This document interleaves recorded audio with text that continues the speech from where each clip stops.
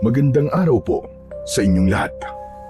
Ang kwentong inyong mapapakinggan sa araw na ito ay tungkol sa pakikipagsapalaran ng binatang si Simon. Isang binatang pasaway, matigas ang ulo at palaging laman ng mga away at gulo sa kanilang paaralan. Dahil sa ugali niyang yun, nagpasya ang kanyang ina na pagbakasyonin muna ito sa kanyang lolo Berto upang madisiplina. Kilala niya kasi ang ama. Alam niyang bukod sa kanya, tanging si Lolo Berto lang ang may kakayahang pumutol ng pagkaswail ni Simon. Hindi alam ni Simon na ang bakasyong yun ang magpapabago ng kanyang buhay. Sa probinsya, sa isang liblib na lugar, unti-unti niyang madidiskubre ang mga bagay na hindi pa niya nararanasan sa lungsod.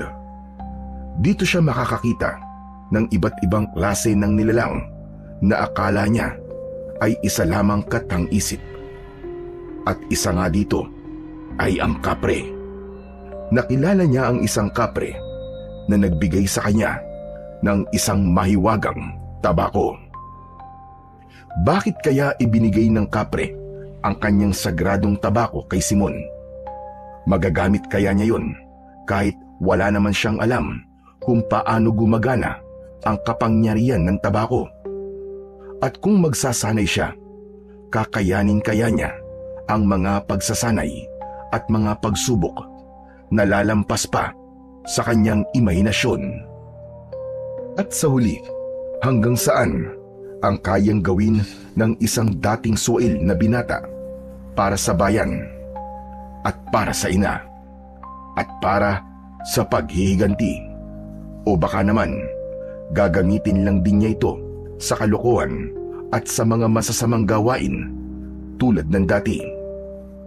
Pero bago po ang lahat, mga idol, huwag po nating kalimutang mag-subscribe at i-hit ang notification bell sa aking YouTube channel na The Voice Addict at Apong Isaac para sa mas marami pang makapigil hiningang kwentong aswang at katatakutan mula sa mundo ng kababalaghan.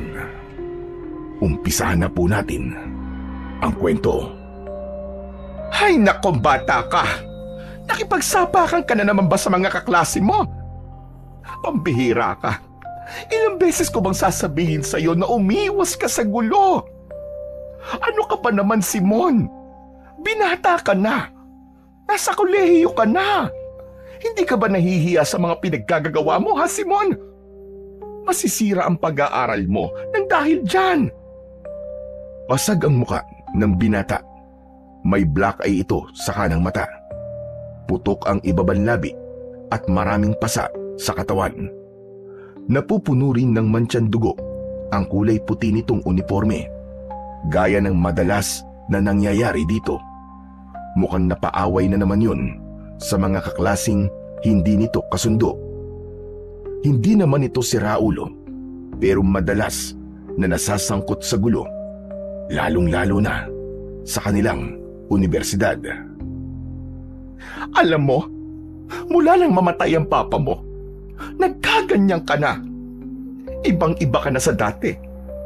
Masipag ka sa school at lagi mo kaming napapaakyat sa stage tuwing recognition at graduation. Ano bang nangyari sa iyo, Simon? Ano bang kailangan kong gawin para bumalik ka sa pagiging matino? Anak naman, napapagod na ako. Napapagod? Bakit ikaw lang ba? Akala niyo po ba'y masaya ako sa buhay ko ngayon? Hindi.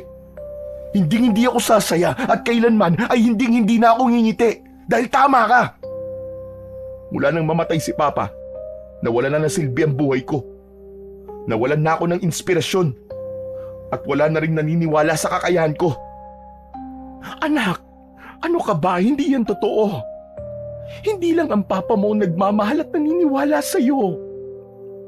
Nandito ko, anak. Palagi kitang pinapaalalahanan at sinusuportahan. Hindi mo man lang ba nakikita yun?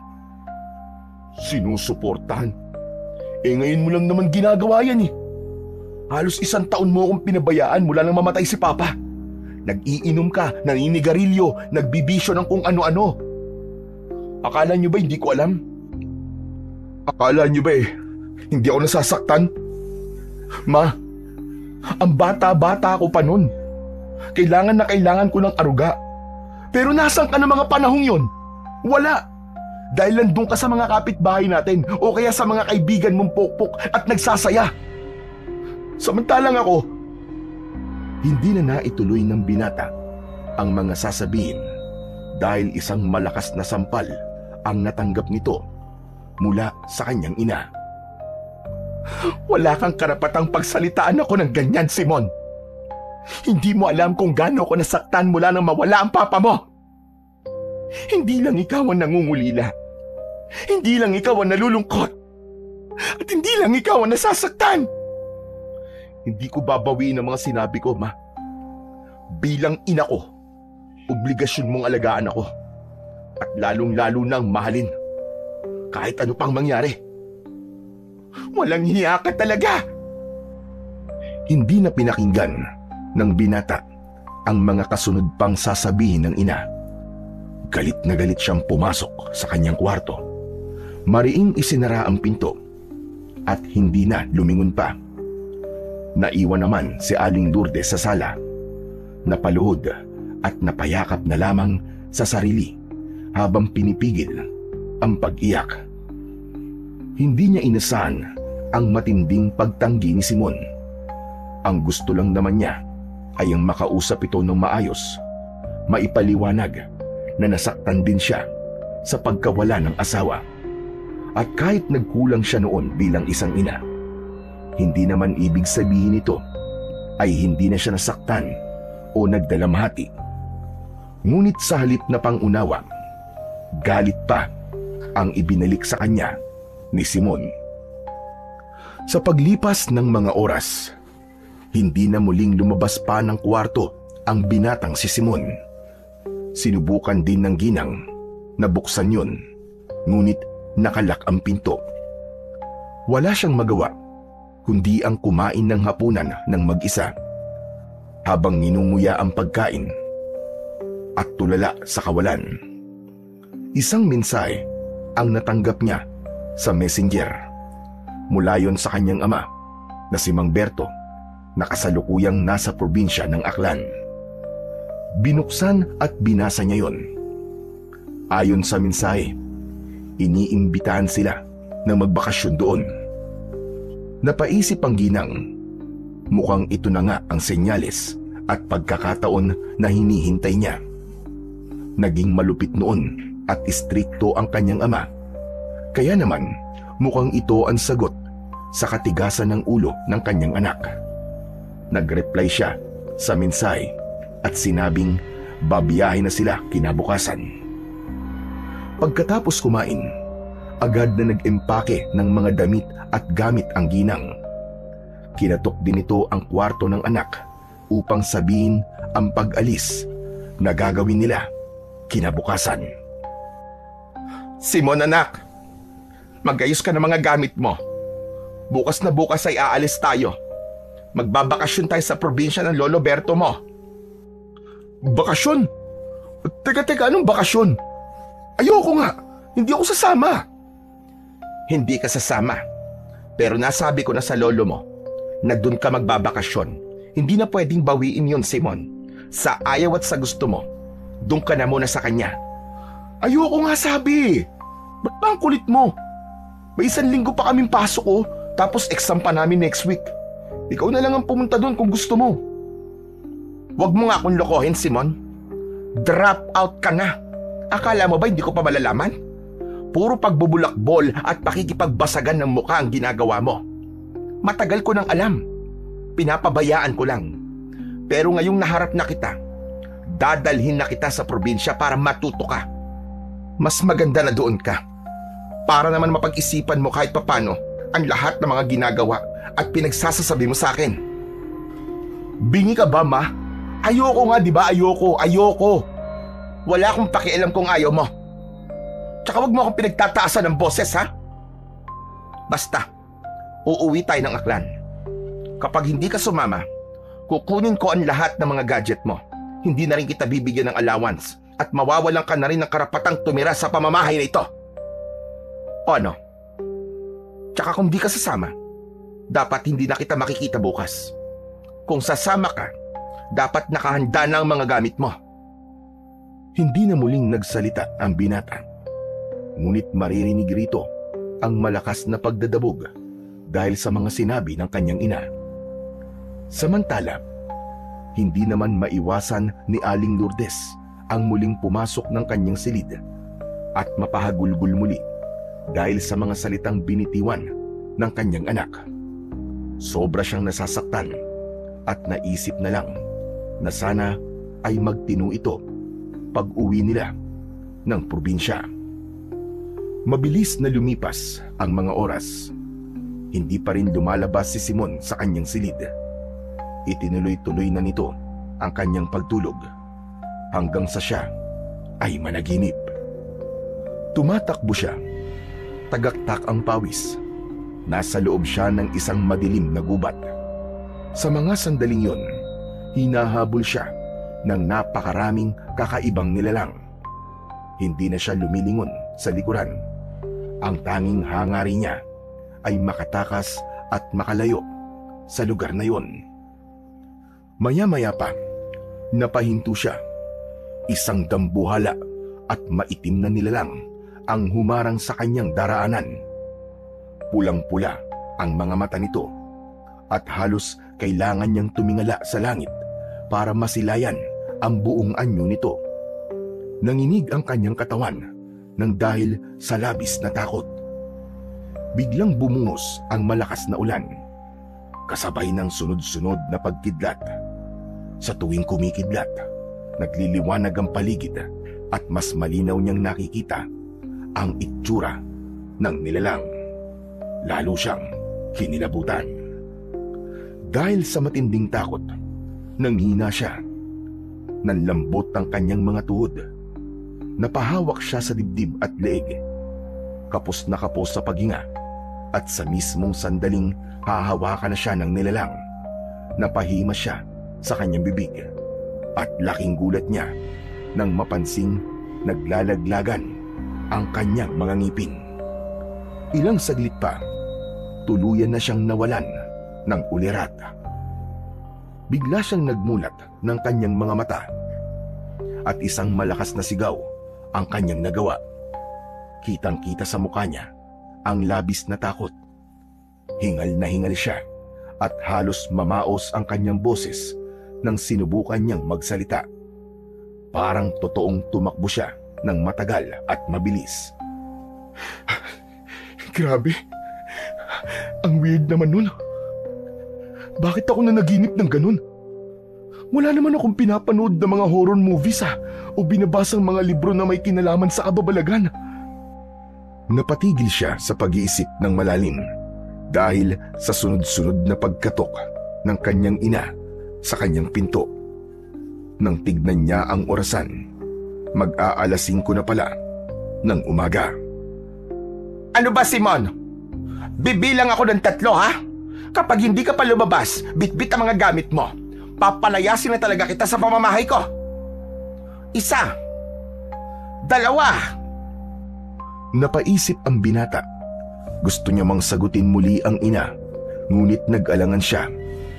Mabigat ang kondisyon nito kapag hindi siya sumama. Kaya naman, napagdesisyonan niyang pumayag na sa gusto nito. Ito na nga, nag-aayos na po. Bilisan mo, paparating na ang van na inarkila ko na mag-aatid sa atin sa Aklan. Bilisan mo dyan. Mabilis na kumilos ang binata. Kinuha nito ang maliit na maleta at ipinasok doon ang ilang pares ng mga damit at short. Iniligay niya rin ang 2 sapatos, AirPod, tablet at iba't ibang mamahaling gamit. Konti lang ang dinala niya dahil inisip nitong ilang araw lang silang magbabakasyon doon. Matapos maligo, muling nagtawag ang kanyang ina at sinabing nasa harap na ng kanilang bahay ang van na inarkila nito. Lumabas siya ng kwarto, suot ang headset na may malakas na musika upang hindi na marinig pa ang mga sasabihin ng ina. Pumasok siya sa van at umupo sa pinakalikod.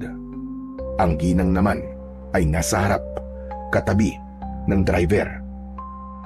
Simon, marami ka bang dalang damit? Simon!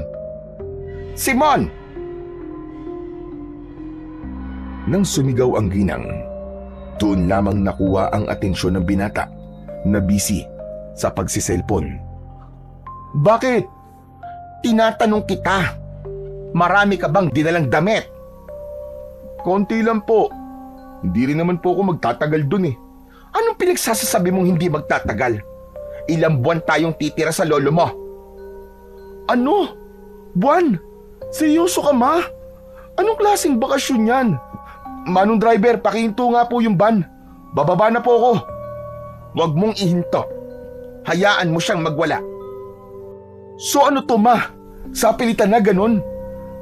Ma naman, may mga gagawin kami ng mga friends ko.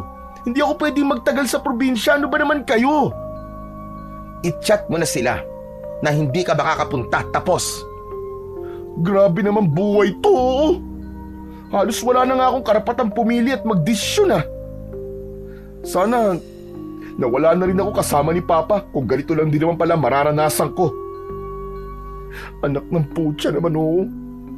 Ah! I hate my life! Nang sabihin yun ng binata, biglang natahimik ang ginang. Muli niya na lamang inilaan ang atensyon sa harapan ng sasakyan. Si Simon naman muling isinuot ang headset at bumalik sa ginagawa. Napapailing yon at kitang-kita sa mukha nito ang pagkainis. Makalipas ang ilang sandali, muli nitong naalala ang kanyang panaginip. Hinding-hindi niya yon makakalimutan dahil buong buhay nito, kagabi lang siya na naginip ng ganun. Pumunta siya sa isang sikat na website kung saan maaari kang magtanong at sasagutin ng mga taong may karanasan dito. Hi guys, I want to share some weird scenarios from my dream last night. Ganito kasi, hinahabol ako ng mga parang halimaw. I guess aswang yata yun. Based sa research na ginawa ko, then may giant black monster din akong nakita na hindi ko ba ipaliwanag kung anong klaseng nila lang yun. Ang pinaka-weird pa, bago ako magising ay nakita kong naglalaglagan pa yung mga ngipin ko. May napanaginipan din ba kayong ganito? Ano kayang meaning ng panaginip ko na yun? Wait ko ang replies nyo ha. Matapos maipadala ang mensahe sa website, sandaling umidlip ang binata. Doon, sa kanyang pagpikit, ay muling naulit ang kakaibang panaginip. Gaya kagabi, parehong-pareho ang senaryong nakita niya at naranasan. Pagdilat ng mga mata niya, malayong-malayo na sila sa Maynila. Malayo pa ba tayo? Oo, kaya manahimik ka na muna dyan. Ilang oras pa ang nagdaan. Dumating din ang van sa pier. Isinakay ang van sa loob ng barko at ilang minuto lang, lumabas na rin siya at pumunta sa itaas ng sasakyang pandagat. Hindi niya na hinintay ang ina dahil may dapat pa siyang asikasuhin. Nang makahanap ng pwesto, muli niyang binuksan ang cellphone at binasa ang ilang replies sa kanyang ibinahaging panaginip. Shucks! Totoo ba to? Parang ang layo naman sa reality. Bakit pare-pareho sila ng sagot? Ang weird. Isa-isa ngang binasa ng binata ang mga sagot ng kapwa niya netizen. Isa lang ang sinasabi nila.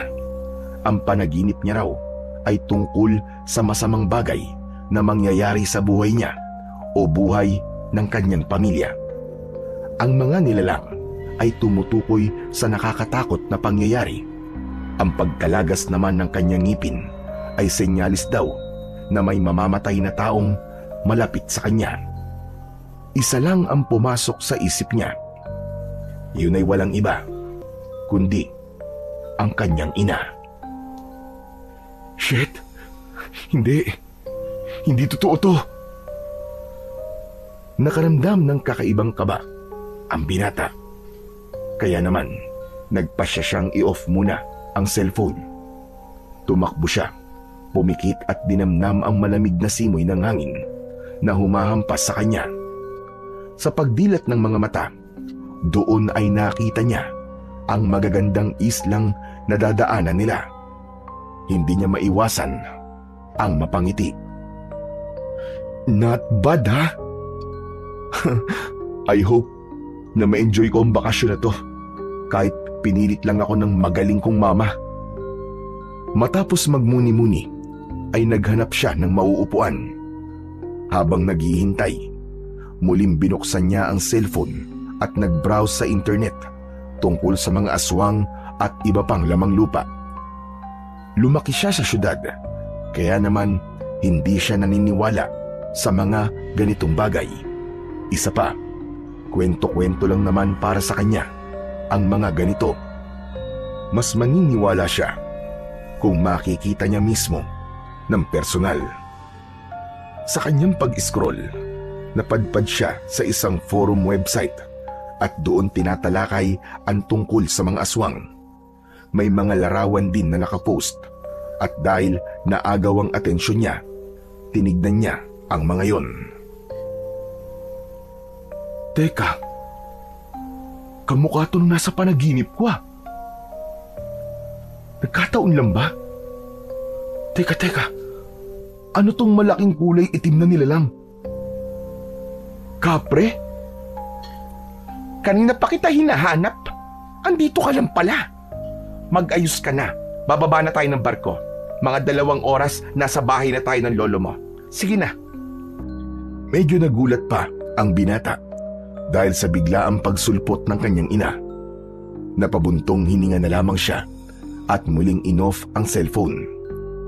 Sinuot niya ang dalang headset at pumikit upang sandaling maidlip. Sa pagkakataong yun, muling naulit ang kanyang panaginip at nagising lamang siya nang tawagin siya ng ina dahil bababa na sila ng barko. Pagkaraan ng ilang sandali, ay muli na silang bumiyahe sa lupa at ilang oras pa, bumaba na sila sa bukana ng isang baryo. Habang naglalakad, may 2 pulubi ang lumapit sa kanilang mag-ina. Matanda ang isa at ang kasama naman ito ay isang batang lalaki na sa tingin niya ay 8 o 10 taong gulang pa lang. Nanghihingi ang mga ito ng barya o kahit na anong makakain. Nakita ng binata na maglalabas na ang kanyang ina, ngunit agad niya itong pinigil. Ma, hindi mo sila kailangan bigyan. Alam mo, maraming ganyan sa Maynila at karamihan sa kanila, modus lang.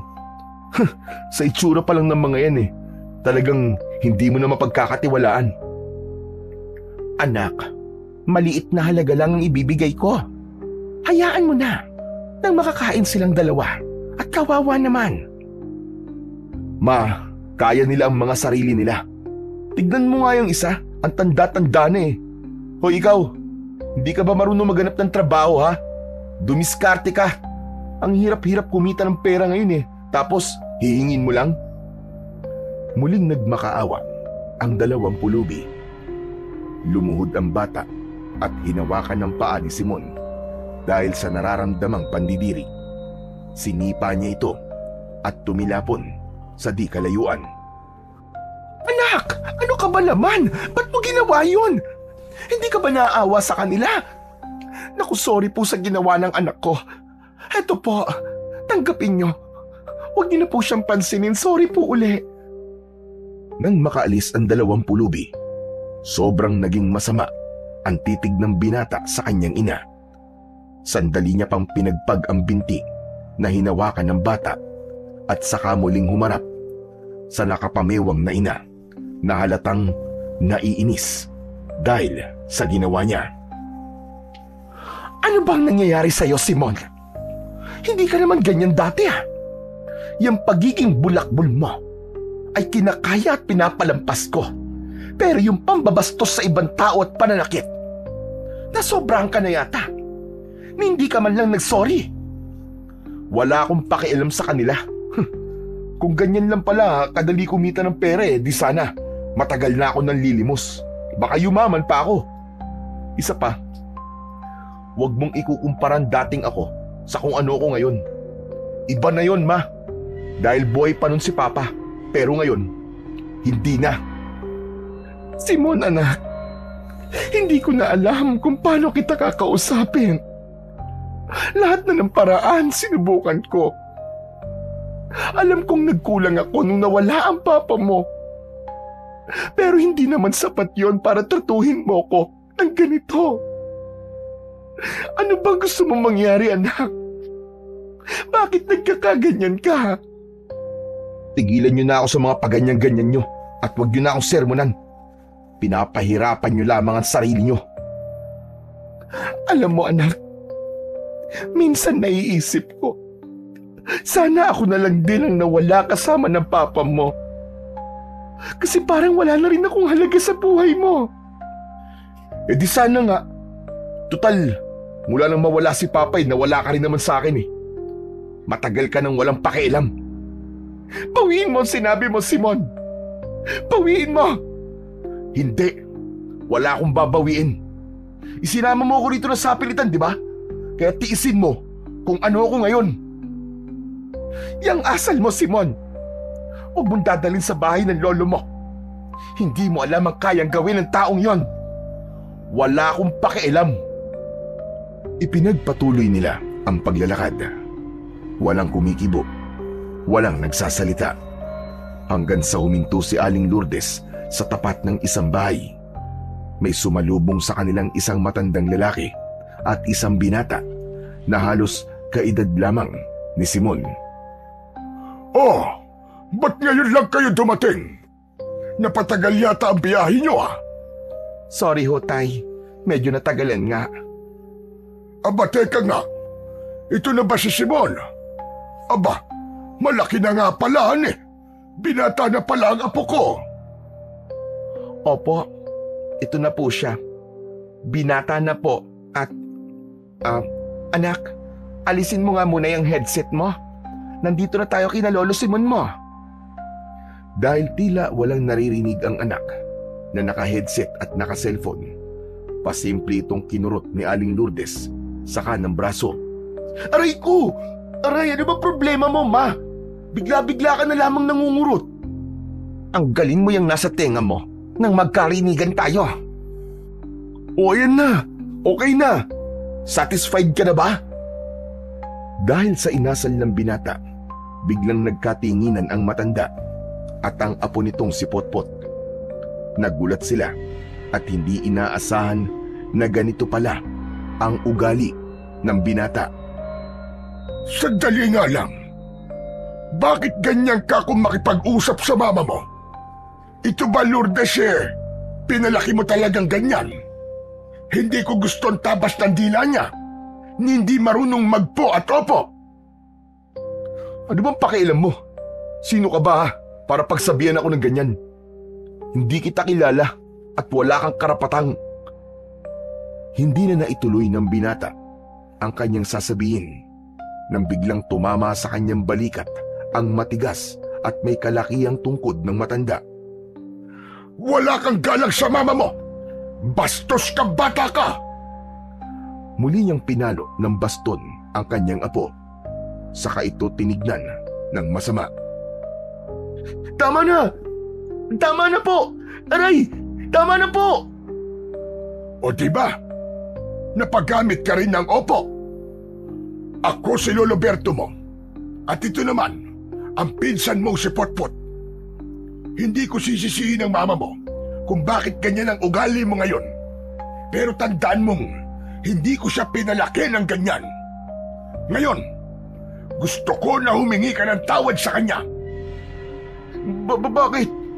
Bakit mo gagawin yun? Aba, matigas ka talaga, ano? Muling inulit ni Lolo Berto ang paghampas sa binata. Sa pagkakataong yun, mas malakas na.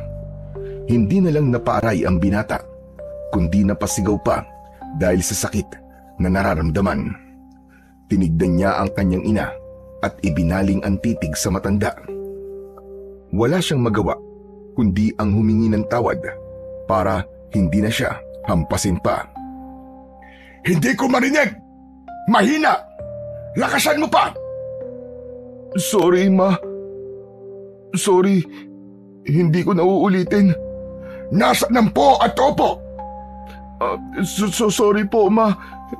Hindi ko na po uulitin. O di ba? Mas masarap pakinggan pag ganyan. Simula ngayon, sa oras na ito, ay hindi ko na dapat makita ang pambabastos mo ng ganyan sa mama mo. Hindi lang siya, pati ang lahat ng mga tao nandito na makikita at makakausap mo. Lalong-lalo na ako. Ayaw na ayaw ko sa mga bastos at walang galang na bata. Nagkakaintindihan ba tayong dalawa? Sagot! Opo. Mabuti naman kung ganon. Sige Lourdes, pumasok na kayo sa loob. May mga pagkain inihanda to si Potpot para sa inyo. Potpot, halalayan mo ang pinsan mo. Baka hindi na yan makatayo dahil sa ginawa ko. Magsumbong ka kapag hindi kanya ginalang. Sumunod si Aling Lourdes sa matanda at naiwan naman sa labas ang binata kasama ang pinsan nito.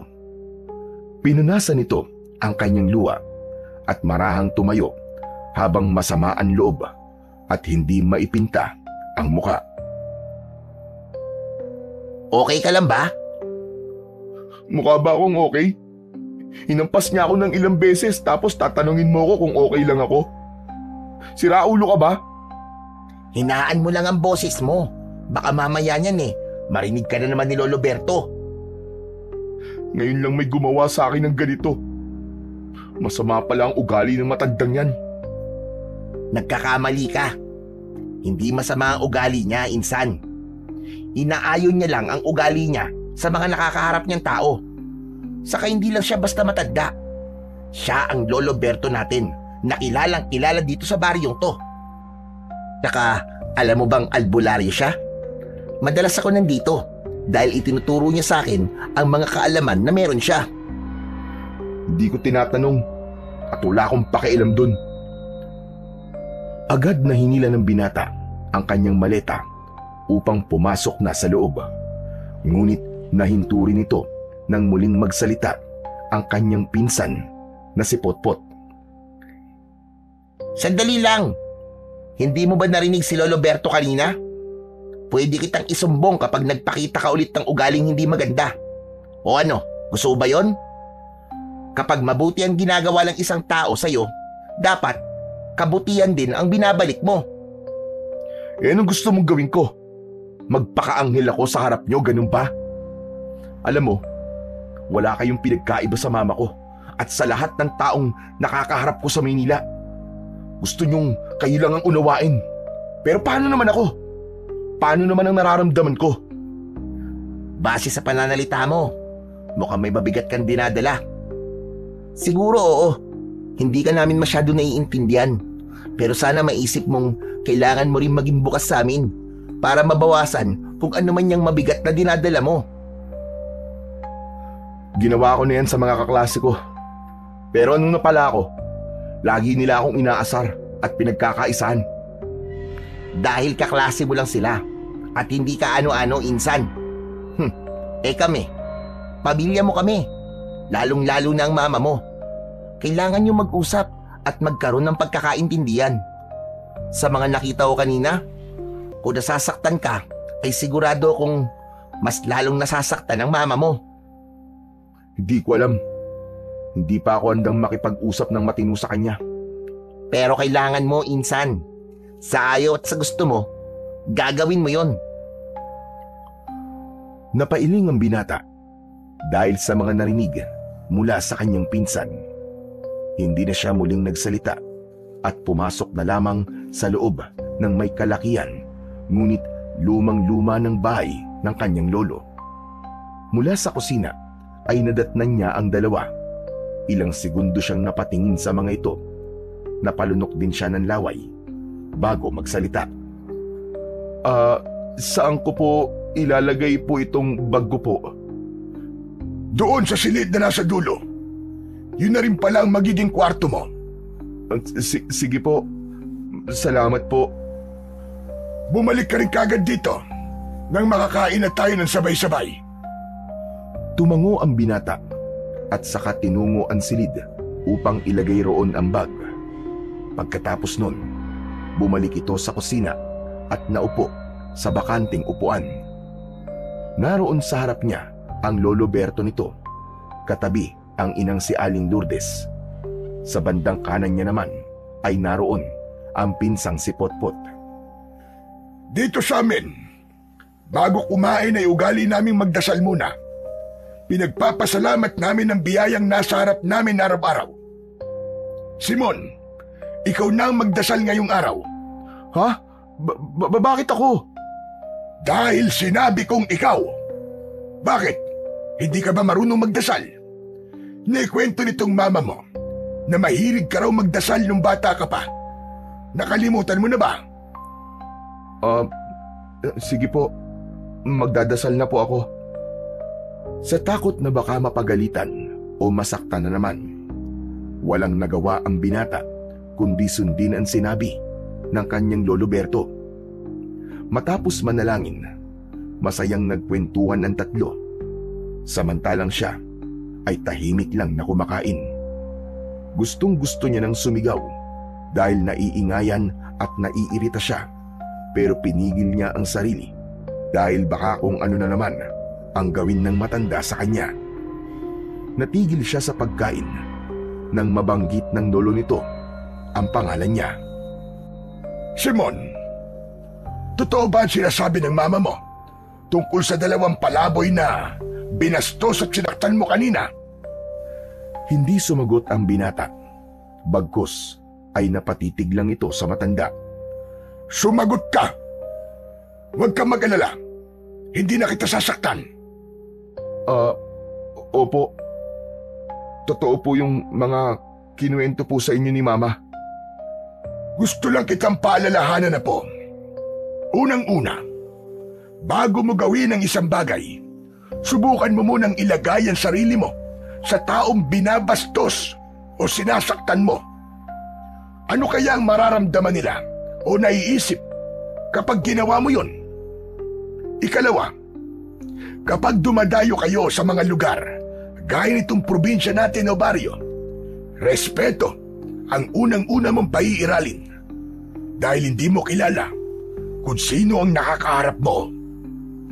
Tama si Lolo Insan. Kung sa Maynila ay maraming siraulo o basagolero, dito naman ay maraming kakaibang kaaway. Ano ka mo? Kakaibang kaaway? Oo, talagang kakaiba. Alam mo ba yung mga aswang, engkanto at mangkukulam? Naririnig ko lang pero hindi naman ako naniniwala sa mga ganun. Ngayon maniwala ka na. Sinasabi ko sa'yo, maraming ganon sa lugar namin. At madalas na lumalabas o sumusugod sila kapag nagkaroon ka ng atraso sa kanila. Gaya ng pang-aapi, pang-aagaw, pagsagot-sagot, gaya ng nakailigan mong gawin, o kaya naman ay may nasaktan ka sa kanila. Magdasal ka na lang na hindi aswang ang naargabyado mo kanina. Dahil sa mga sinabi ng matanda, biglang natahimik si Simon. Bigla siyang napaisip ng malalim. Naalala niya ang kanyang panaginip. Hanggang sa matapos ang kanilang pagkain, ay hindi na siya muling nagsalita. Nang matapos ang hapunan, pumasok na siya sa kanyang silid. Pero hindi siya mapakali nang mapansin na walang signal sa loob ng bahay. Kaya naman, nagdesisyon siyang lumabas ng bahay. Tumambay siya sa isang malapad na upuang gawa sa sanga ng puno. Binuksan niya ang cellphone at sinubukang ibukas ang data. Pero wala pa ring signal. Anak ng putya naman oo. Ano bang klaseng lugar to? Bakit walang signal? Paano nabubuhay ang mga tao sa ganito? May signal naman dito, pero kailangan mo pang pumunta sa tabing dagat. Malayo ba yung tabing dagat na sinasabi mo? Hindi naman. Medyo malapit lang. Bakit? Balak mo bang magpunta ngayon doon? Oo sana saan bandaan? Kailangan ko kasing makapag-open ng browser eh. May isi-search lang ako. Kahit ituro ko ang daan, hindi pa rin papayag si Lolo Berto na magpunta ka ron dahil gabi na. Delikado na kasi at baka kung ano pang mangyari sa'yo. Pambihira. Ginagawa niyo naman akong bata eh. Lumaki ako sa Maynila at nasangkot na sa maraming gulo. Sanay na ako sa sinasabi mong delikado, no? Pero wag mong kalilimutan na magkaiba ang Maynila at probinsya. Saka hindi mo ba narinig yung mga naging kwentuhan natin kanina? Maraming nagkalat na aswang dito, lalo na kapag sasapit ang gabi. Uulitin ko, Potpot. Hindi ako naniniwala sa mga aswang-aswang na yan. O kaya sa mga mangkukulam at kung ano-ano pa na mga pinaniniwalaan nyo dito. Sige na, ituro mo na sa akin ang daan papunta dun sa dagat. Mag-isa akong pupunta ron. Huwag mo na lang banggitin dun sa matanda, kay Lolo Berto. Wala kang alam, wala kang sasabihin, wala kang narinig. Simple, di ba? Ayaw mo talaga maniwala at makinig, no? O sige, ituturo ko sa iyo ang daan. Kung sakaling may mangyari sa iyo, wag mo ring babanggitin ang pangalan ko. Binalaan na kita. Oo na, dahil mong sinasabi. Nasaan ang daan papunta sa tabing dagat? Sandaling napabuga ng hangin ang pinsan nitong si Potpot. Agad rin itong itinuro ang daan patungo sa tabing dagat kung saan may malakas na signal para makapag-internet siya. Agad na tumayo ang binata at hindi man lamang nagpasalamat. Dire-diretso yung naglakad at binaybay ang may kadilimang daan. Ang flashlight lamang ng kanyang cellphone ang nagsisilbi nitong liwanag. Bago makalayo, tumanaw pa yun sa kinalalagyan ng pinsang si Potpot at nakitang napapailing ito. Pambihira. Kaya hindi kayo umaasenso sa buhay. Lahat kinakatakutan nyo. Ilang minutong paglalakad, narinig nito ang baybaying dagat. Hindi man matanaw ang buong paligid, naririnig naman ng kanyang mga tenga ang hampas ng bawat alon sa dalampasigan. Kasabay noon ay ang malamig na simoy ng hangin na bahagyang nagpapatayo ng kanyang mga balahibo. Ito na ba yung sinasabi nilang delikado? Ni wala nga akong nakita o naririnig na nakakatakot eh. Pinaglololoko nyo lang ang mga sarili nyo, mga gunggong. Sandali pang napatawa ng sarkastiko ang binata bago maupo sa mapino at maputing buwanginan. Binuksan nito ang cellphone at napangiti siya dahil totoo nga ang sinasabi ng pinsan nitong si Potpot. May signal nga roon. Muli siyang bumalik sa isang sikat na website kung saan siya nagtanong ng tungkol sa kanyang panaginip. Bukod sa paulit-ulit na response, may isang comment ang nakaagaw ng kanyang pansin. Teka, mabasa nga to. Kung sakaling mapanaginipan mo ang isang lugar na hindi pamilyar sa'yo, wag na wag mong pupuntahan because it's a sign na ikakapahamak mo yun. Sabi ng lolo at lola ko, always trust the signs, the gut feelings, or even your instincts. Napakunot ng noo ang binata dahil sa mga nabasa.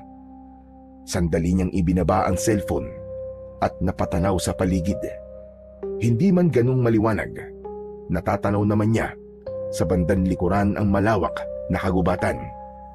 Sa hindi maipaliwanag na dahilan, biglang bumilis ang pagtibok ng kanyang puso. Ang lugar kasi na kinalalagyan niya ngayon ay katulad ng nasa panaginip niya. Madilim, magubat, nakakakilabot.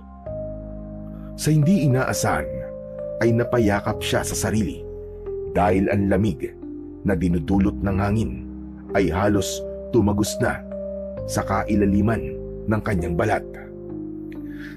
Mukhang napaparanoid na ako sa kakaisip sa lecheng panaginip na yun . Muling binuksan ng binata ang flashlight ng kanyang cellphone at naglakad na siya pabalik ng bahay. Nag-alala din siya na baka mapansin ng matanda na wala siya sa bahay nila. Sa loob ng halos 5 minuto, iba't iba at magkakahiwalay na kabahayan ang nadadaanan ng binata. Ang mga yon ay simple lamang at gawa sa mumurahing materyales gaya ng kawayan, nipa, dahon ng niyog, sanga ng mga puno at kung ano-ano pa. Malayong malayo yun sa mga bahay at gusaling na kalakihan niya sa Maynila. Bukod roon, wala ring kuryente ang ibang kabayan.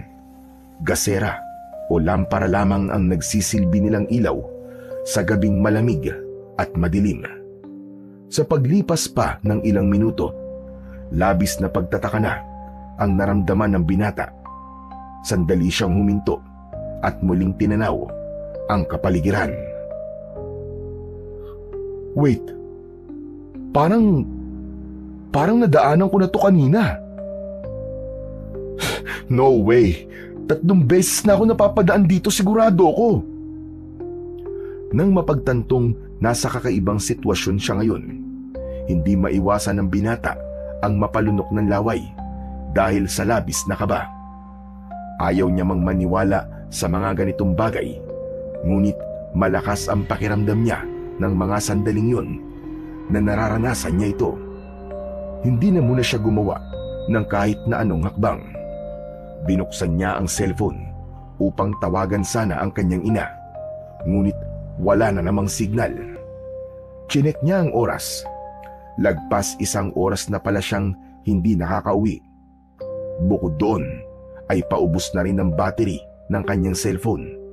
Wala pa naman siyang kakilala sa lugar na yon. Hey! Kung sino ka man na gumagawa nito sa akin, I'm warning you! Hindi mo gugustuhin na ituloy ito. Huwag mo akong paglaruan. At huwag ka rin magpapakita sa akin dahil hindi mo alam kung anong kaya kong gawin. Matapos makapagsalita, hinintay ng binata kung may sasagot. Ngunit huni lamang ng mga insekto ang kanyang narinig ng mga sandaling yun. Napabuga siya ng hangin at saka ipinagpatuloy ang paglalakad. Ngunit wala pang 1 minuto, muli siyang napahinto nang may 2 figura na nakatayo sa harap niya. Ang isa ay medyo matangkad, nakayuko at may hawak na tungkod. Ang isa naman ay parang bata. Marahang itinutok ng binata ang flashlight na hawak. Halos mapatalon siya sa gulat nang makilala ang mga ito. Anak ng... Anong ginagawa niyo dito, mga pulubi kayo? Sinusundan niyo ba ako, ha? Umalis na nga kayo dyan sa dinadaanan ko! Ngunit imbis na umalis, nakipagtitigan sa kanya ang mga ito. Bilog na bilog ang mga mata ng mga ito. Seryosong seryoso ang muka. Hindi sila gumagalaw. Hindi rin sila nagsasalita. Biglang kinilabutan ang binata sa kanyang nakikita. Ilang sandali pa, napansin niyang namumula ang mga mata ng mga yun. Saglit na ngumisi ang mga ito sa kanya, dahilan para mangilabot siya ng tuluyan. Napalunok siya ng laway. Ang tapang na ipinakita niya kanina ay biglang naglaho. Marahan siyang napatras habang nanginginig ang parehong mga tuhod. Mas nagimbal siya nang magsalita ang bata. Lola, gusto ko na pong makakain. Pwede ba natin siyang maging hapunan? Nang tumango ang matandang pulubi sa batang kasama nito, doon tuluyang natakot si Simon. Agad siyang tumalikod at kumaripas ng takbo. Halos maluwa-luwa ang kanyang mga mata at ang panginginig ay umabot na sa kanyang buong katawan. Sa unang pagkakataon ay halos tawagin niya ang lahat ng santo at mabanggit ang mga dasal na alam niya. Makalipas ang ilang minuto, habang tumatakbo ng walang kasiguraduhan, sandali siyang tumanaw sa likuran at doon ay nakita niyang hinahabol pa rin siya ng dalawa. Ang matandang pulubi na akala niya ay uugod-ugod na at ang bata tila walang kamuwang-muwang. Parang naging mga mababangis na hayop sapagkat ginagamit ng mga ito ang kanilang parehong mga kamay at paa sa pagtakbo at paghabol sa kanya. Tulong! Tulungan niyo ako! Saklolo! Hinahabol ako ng mga aswang! Saklolo! Napapikit ang binata habang patuloy na dumadaloy ang luha sa kanyang mga mata. Sa tanang buhay niya, ngayon lamang siya nakaramdam ng labis na takot. Wala na siyang naging pakialam sa mga nadadaanan, makalayo lamang sa mga nilalang na humahabol sa kanya.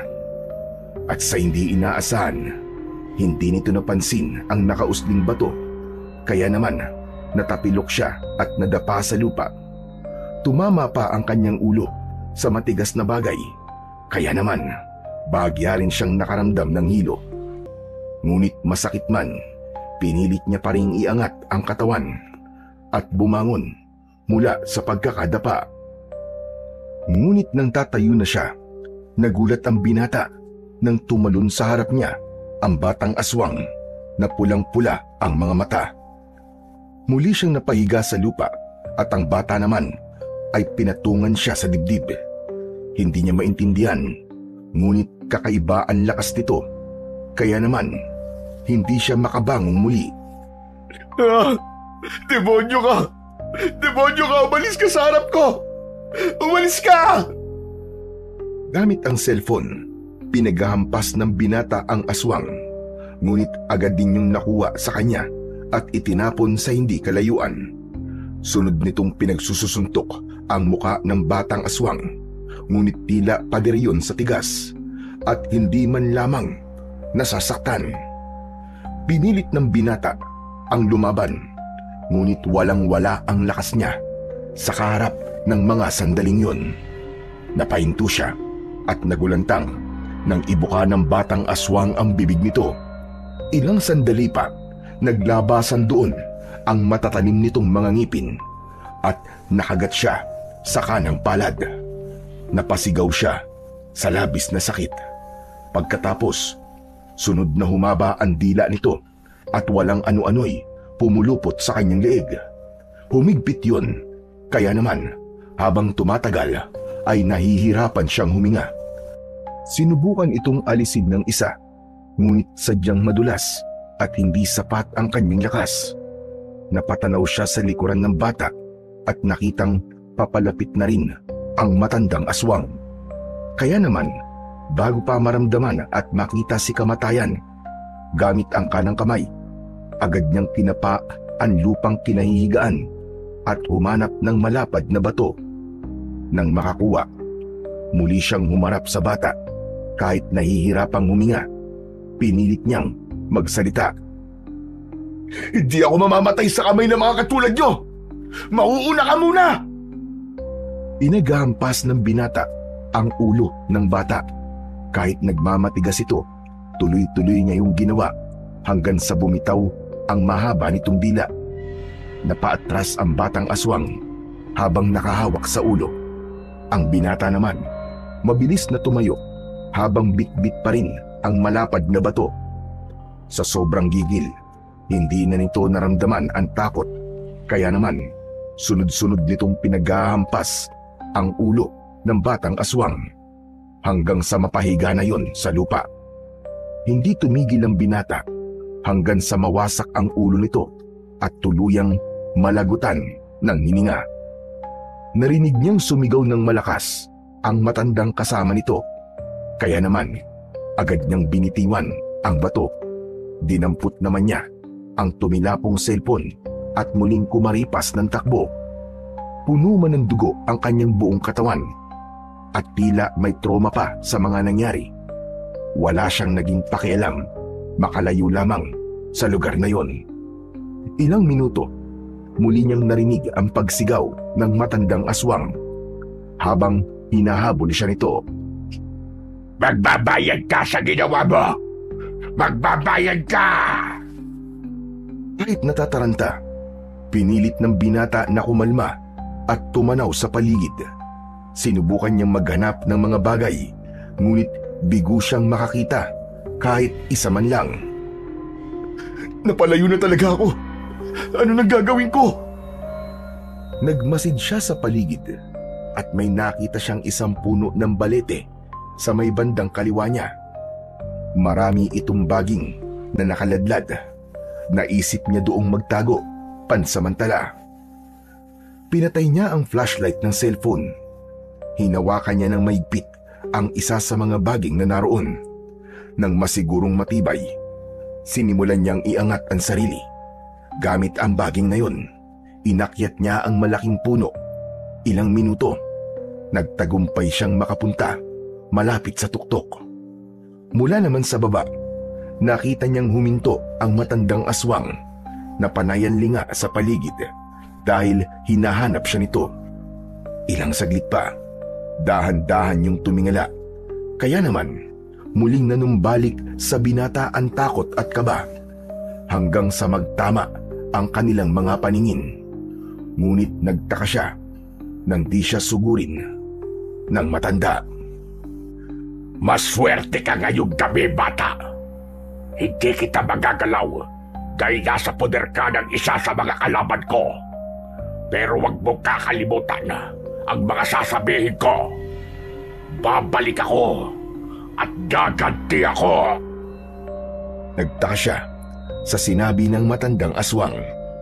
Sandali siyang nagmasid sa paligid ng puno. Wala naman siyang nakitang kakaiba o naramdamang kakaiba.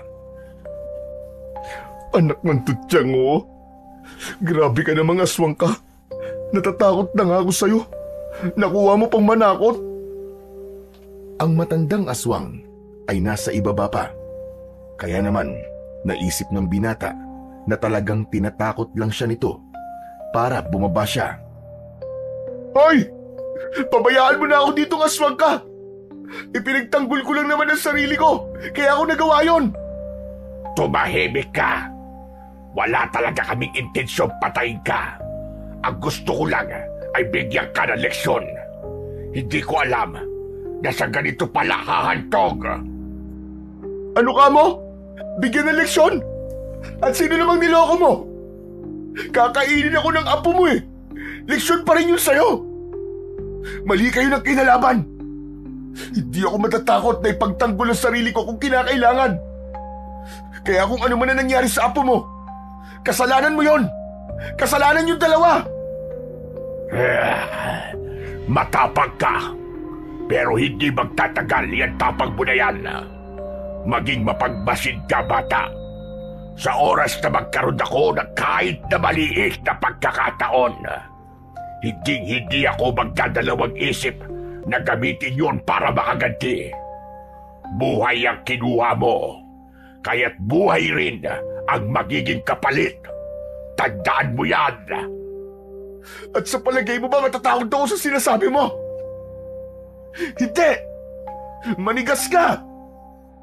Matapos na makapagsalita, yumuko ang matandang aswang at tumalon ng napakataas, papalayo sa puno. Tila naman nabunutan ng tinik ang binata nang sa wakas ay umalis na ang aswang.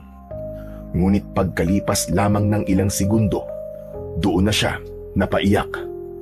Doon na niya naibuhos ang lahat ng takot at pagsisisi. Habang nasa itaas ng puno, hindi niya mapigilan na yakapin ang sarili. Hindi niya akalain na hahantong siya sa ganon. Nagsisisi tuloy siya at naisip na sana ay nakinig na lang siya sa mga sinabi ng pinsan niyang si Potpot. Nagpatuloy siya sa pag-iyak at pagsisisi. Nahinto lamang yon nang makaamoy siya ng parang may nasusunog.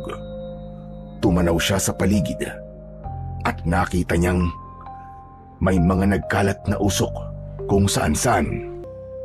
Hinanap niya ang pinagmumulan nito. Marahang dinadala ang mga titig niya patungo sa pinakataas o pinakatuktok ng puno.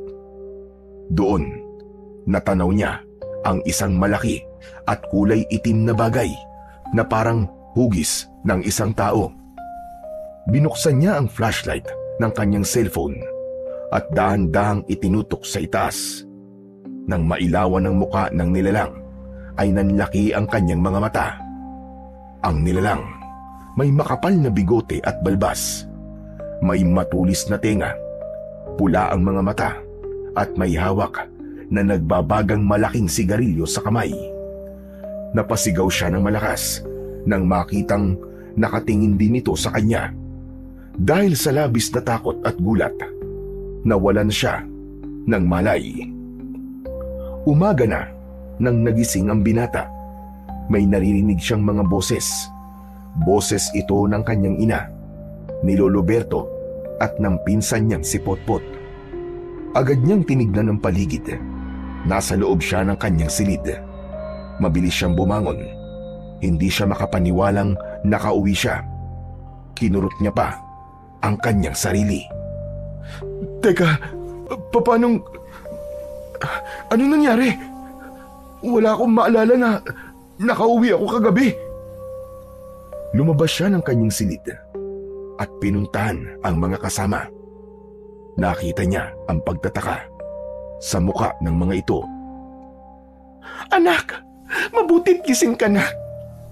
Kumusta na ang pakiramdam mo? Kaya nga, pinsan, nag-alala kami sa'yo. Ano ba nangyari sa'yo? Imbis na sagutin ng ina at pinsan niya, tinitigan niya ang kanyang palad na nakabalot na ng telang may halamang gamot. Sunod niyang hinimas ang kanyang leeg at naramdamang mahapdi pa rin yun.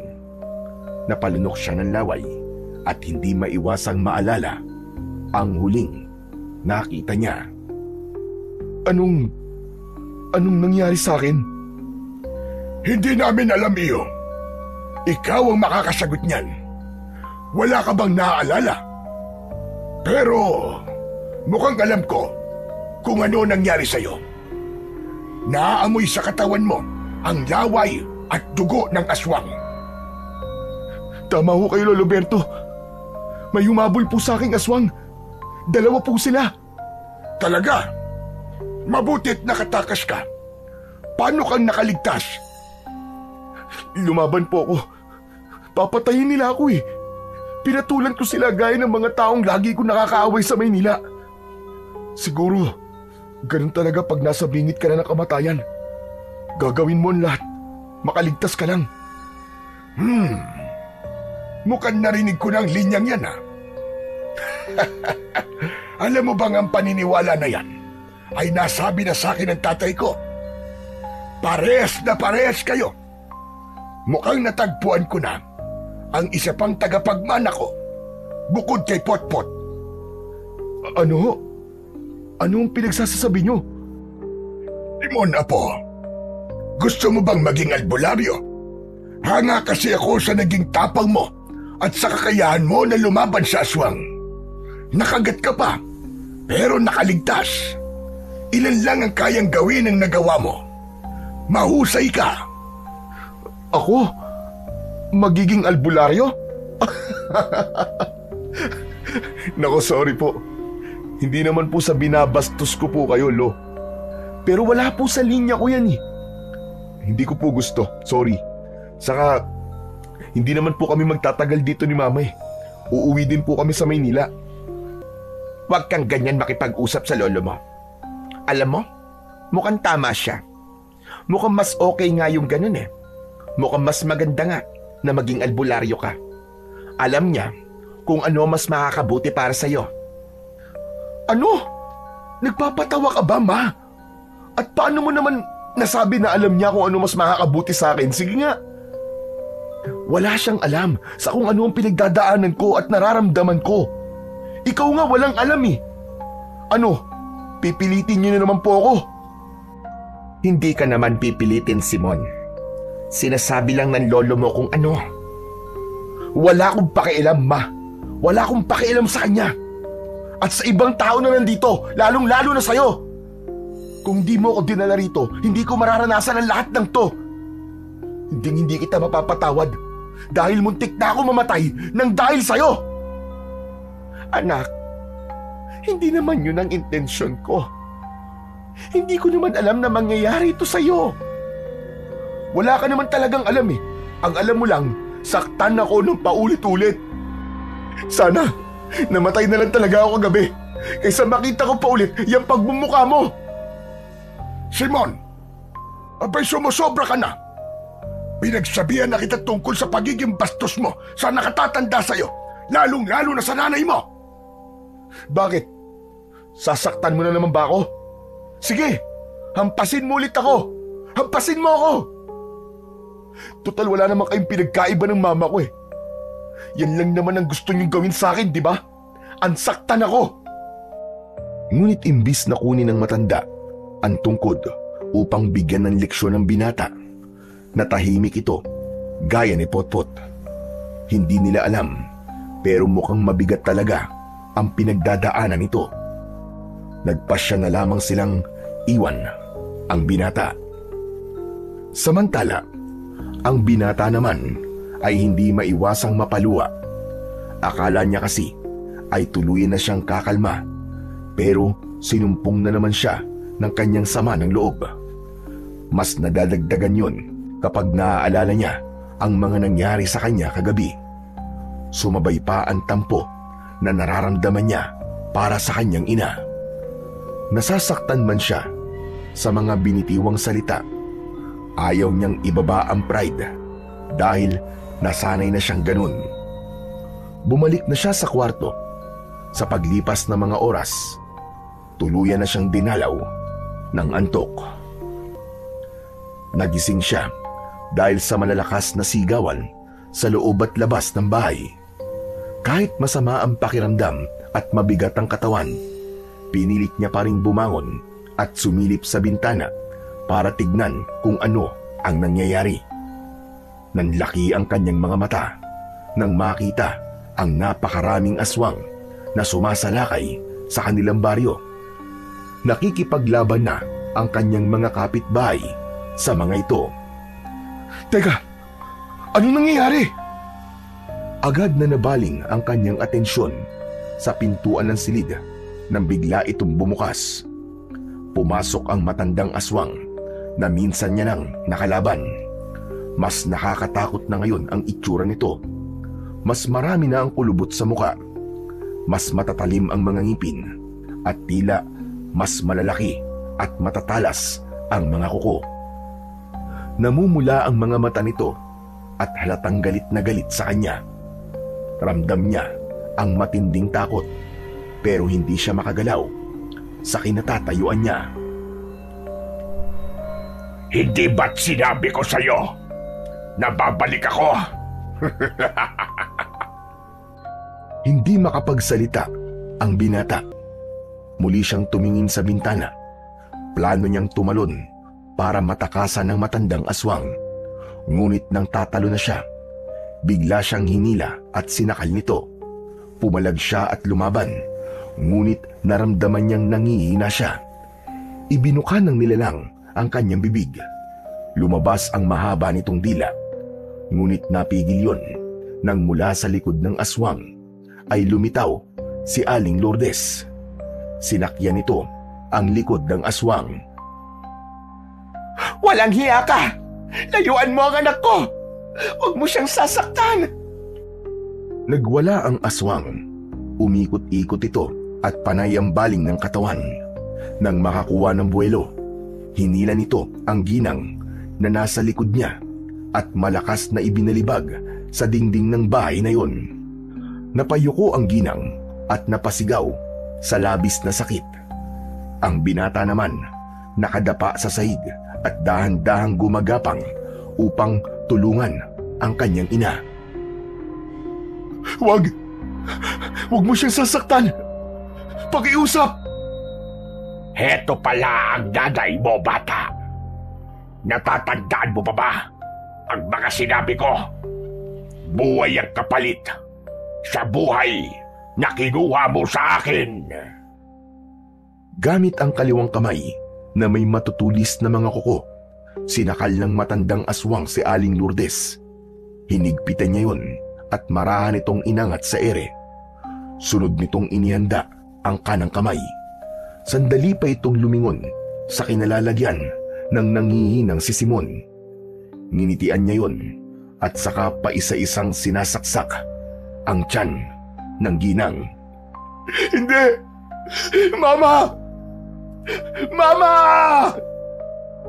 Nang mawalan ng buhay ang ginang, inilapag ito ng matandang aswang sa saig at saka isa-isang hinugot ang lamang loob nito. Nakaharap siya sa nanghihinang binata at ipinakita rito kung paano nito kainin ang lamang loob ng mama nito. Walang magawa ang isa kundi ang magsisisigaw at umiyak dahil wala siyang magawa. Hanggang sa dumating at pumasok na ang pinsan nitong si Potpot. Nakipaglaban ito sa matandang aswang, ngunit sa kasamang palad, nakatakas din kagad yun. Napaluhod ang pinsan niyang si Potpot sa harap ng wala ng buhay na si Aling Lourdes. Ang binata namang si Simon ay marahang gumagapang papalapit sa bangkay ng kanyang ina. Labis ang kanyang pag-iyak, kasabay ang pagsisisi dahil hindi man lang niya ito na ipagtanggol. Mama! Mama! Mama ko! Sorry, Ma! Sorry po! Mama! Sa labis na emosyong nararamdaman, tuluyang binawian ng lakas ang binata at nawalan ng ulirat. Pagmulat ng mga mata, nadatnan niya na lamang ang ina na nakaburol sa harap ng bahay ng kanyang lolo Berto. Maraming tao ang naroon. Nang makita nga siya ng mga ito, ay labis ang naging bulong-bulungan. Ang iba ay naaawa sa kanya, ngunit mas marami ang masasama ang tingin. Napatingin din siya sa ibang kabayan. Bukod pala sa kanyang ina, marami rin ang nakaburol ng araw na yun. Nang tanungin niya ang lolo Berto nito kung ilang araw na siyang walang malay, halos magtatatlong araw na raw. Marahang lumapit ang binata sa nakaburol na ina. Nang makita ang wala ng buhay nitong katawan, muling umagos ang luha sa kanyang mga mata. Labis siyang nasasaktan at nagsisisi. Hindi man lang siya nakahingi ng tawad dito. Hindi man lang sila nagkaroon ng maayos na pag-uusap, na ang pinaniniwalaan niyang walang pakialam na ina ay ipinaglaban at ipinagtanggol siya hanggang sa kamatayan. Dahil doon, nabuo ang desisyon niyang ipaghiganti ito. Nakukunin niya ang hustisya, anuman ang mangyari o sa anumang paraan. Makalipas ang ilang araw, tuluyan na nga itong nailibing. Nang makabalik na sa kanilang tahanan, seryosong lumapit ang binata sa kanyang lolo Berto at pinsang si Potpot. Sandali pa siyang napaisip at napabuga ng hangin bago magsalita. Lolo, gusto ko na pong maging albularyong katulad nyo. Tulungan niyo po akong maging malakas kagaya nyo. Lahat po. Ituro niyo po sa akin.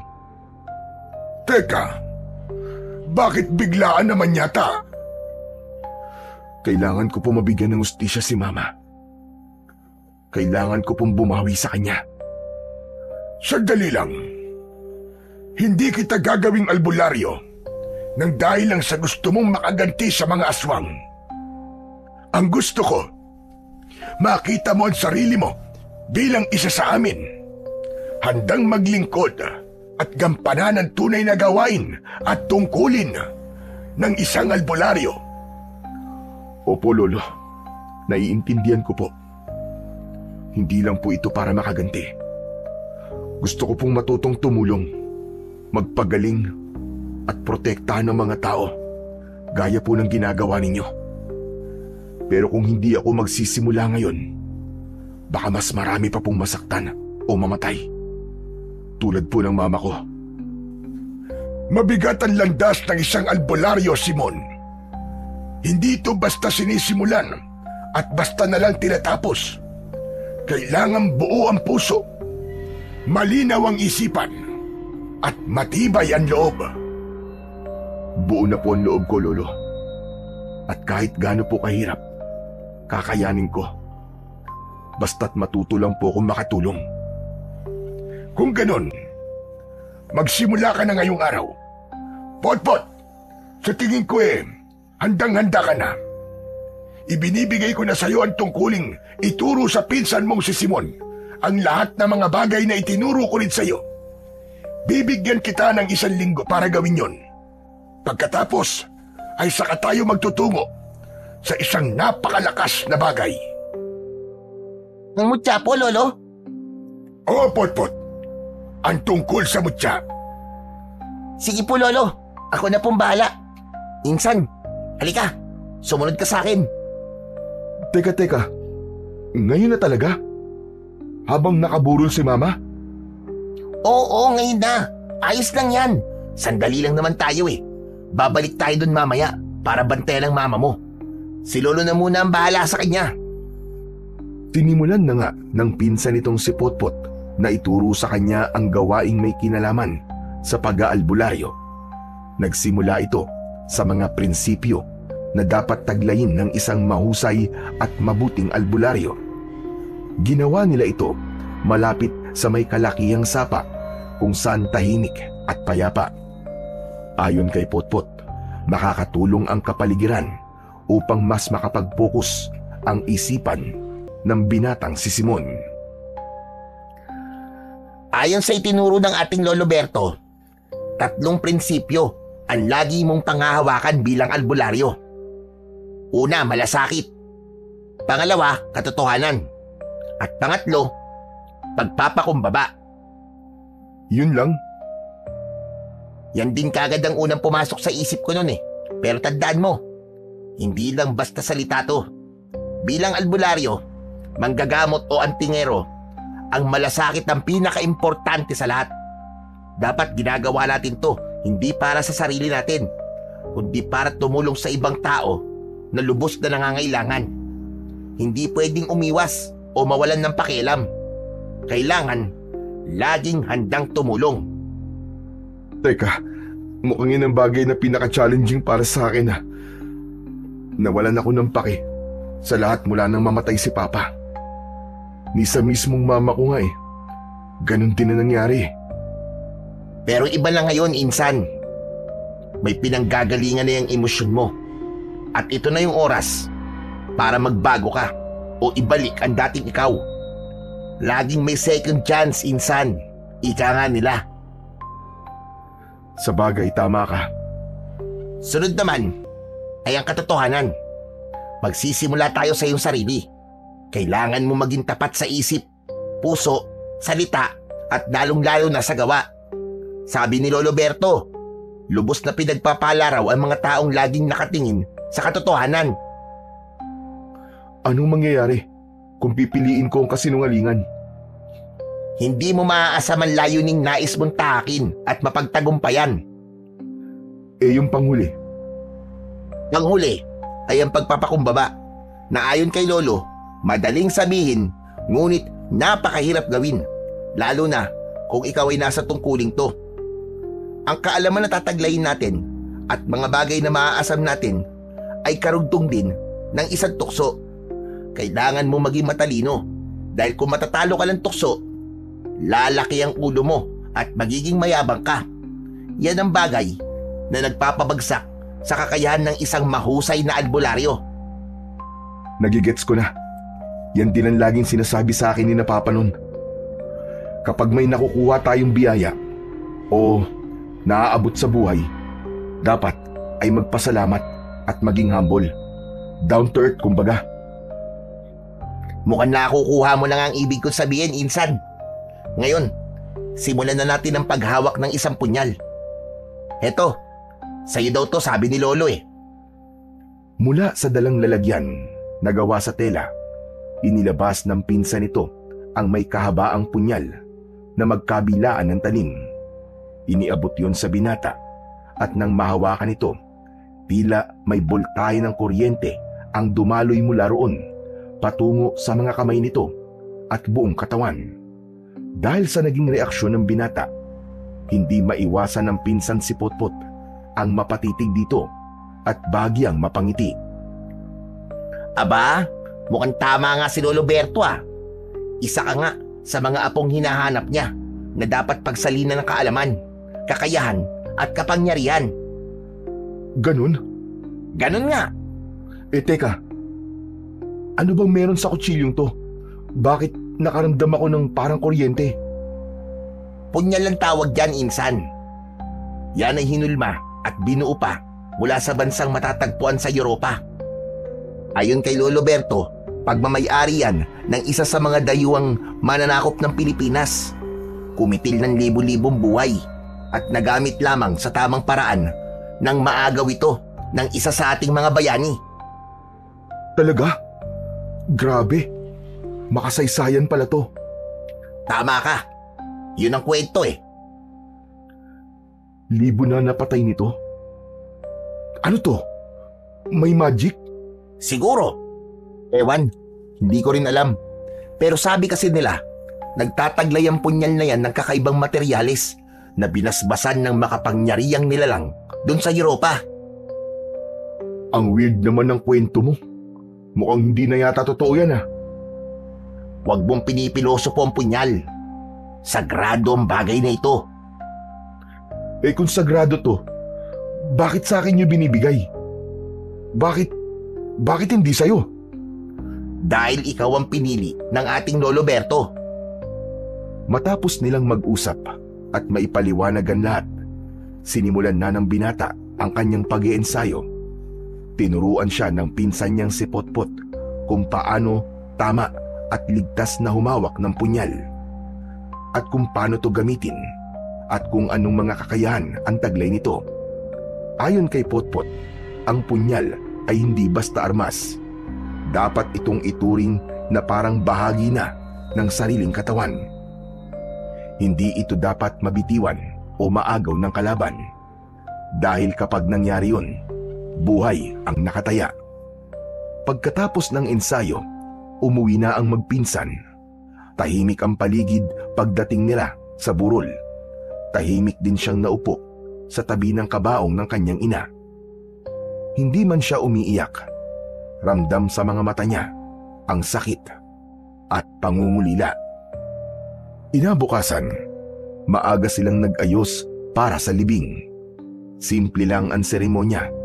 Ilang kaanak at kapitbahay lang ang dumalo, pero dama ang bigat sa bawat takbang papunta sa sementeryo. Tahimik lang si Simon habang pinagmamasdan ang pagbaon sa lupa ng ataul ng kanyang ina. Pagkatapos ng libing, tumingin siya sa langit at tila may inaabangan. Pangako, Ma, hindi ako titigil hanggang makamit ko ang mustisya. At mula sa araw na yun, nagsimula na ang tunay na pagbabago ni Simon. Sa paglipas ng mga araw, tuluyan na ngang natutunan ng binata ang paghawak at kasanayan sa minanang punyal. Kaya naman, nagpasya na si Potpot na ituro na rin dito ang iba't ibang mga sagradong dasal at orasyon. Isa ito sa mga naging kahinaan ni Simon dahil ang mga dasal at orasyon ay nakasulat sa wikang Latin na hindi niya kagad ma-memorize at maunawaan. Hindi kalaunan ay natutunan niya rin naman yun. Kaya naman muli nang humarap ang dalawa sa kanilang Lolo Berto. Dahil pantay na kayo ng kaalaman at kakayahan, panahon na para hanapin at kunin nyo ang isa sa mga mutyang nabalitaan kong naririto lang sa baryo natin. Ito ay ang pinakamahalagang bagay na pagmamay-ari ng isang kapre. Ano holo? Kapre? Hindi po ba delikado pong makaharap sila? May mas delikado pa ba sa mga aswang na nakaharap na ninyo, Simon? Napatingin ang dalawa sa binata. Ito naman ay sandaling napayuko at napaisip mula sa mga sinabi ng kanyang lolo. May mga bagay kasi siyang naaalala Tungkol sa nilalang na yon, kung hindi siya nagkakamali, isa ito sa laman ng kanyang panaginip. Ito rin ang nakita niya sa malaking puno ng balete bago siya mawalan ng malay. Napabuntong hininga siya bago muling humarap sa matanda. Mas nakakatakot pa rin po mga aswang kesa sa kanila. Ano po bang dapat naming makuha ni Insan sa kapre? Simple lang. Kailangan niyong makuha ang tabakong madalas nitong hawak at hinihit-hit. Ibig niyo pong sabihin yung sigarilyo? Base kasi sa mga nabasa ko at napapanood ko, meron silang hawak na malaking sigarilyo. Tama ka. Yun na nga yun. Gawa yun sa tabako. Kaya ito tinawag na tabako. Ayon sa aking nabalitaan, nagtataglay ang tabakong yun ng kapangyarihang kayang magpahina at tumapos sa mga aswang. Ang sino mang makakahawak nito ay nagiging malakas din at ayon pa nga sa mga kwento-kwento, nagiging higante gaya ng isang kapre. Talaga po, Lolo Berto? Posible po yun? Oo. Lolo Berto, saan naman po namin mahahanap ang kapre? At kailan namin to pwedeng gawin? Magandang tanong yan, Potpot. Pagdating sa kanilang lokasyon, madalas ang mga kapre nakatira sa mga malalaking puno na matatagpuan sa gitna ng kagubatan. Pinipili nilang doon manirahan upang mapalayo sa mga tao at magkaroon ng tahimik na pamumuhay. Hindi lang ako sigurado sa eksaktong lugar, kaya naman hahanapin niyo pa lang sila. Lolo Berto, mukhang alam ko na po kung saan makikita ang isa sa kanila. Alam mo, Insan? Teka, sigurado ka? Paano nangyari yun? Mahabang kwento, Insan eh. Pero minsan ko na ito nakita nung mapalaban ako sa maglolang aswang na pumatay rin kay Mama. Isang kapre ang huli kong nakita bago ako himatayin. Dala na rin siguro ng takot. Palaisipan pa nga rin sa akin eh kung paano ako nakauwi rito ng araw na yon. Kung ganun, pwede na pala kayong magsimula mamayang hating gabi. Bilog at maliwanag ang buwan mamaya. Ito rin ang panahon kung saan mas aktibo ang mga kapre. Paborito kasi nilang pagmasdan ng isang buwan. Nagbibigay ito sa kanila ng kasiyahan at kalakasan. Parang mas delikado yata yun ah. Hindi kaya, Lolo? Delikado nga. Pero yun lang din ang pagkakataon para makuha nyo ang mutyang sinasabi ko. Hindi ba't gusto mong maging mahusay upang maipagiganti ang mama mo? Ito ang isa sa mga paraan para magtagumpay ka. Tama si Lolo Berto, Insan. Kailangan natin itong harapin. Kailangan mapasa kamay mo ang mutyang magmumula sa isang kapre. Di sige. Gawin na natin. Pagsapit ng gabi, binaybay na nga ng binata ang daan kasama ang pinsan nito patungo sa lugar kung saan siya hinabol ng matandang aswang noon.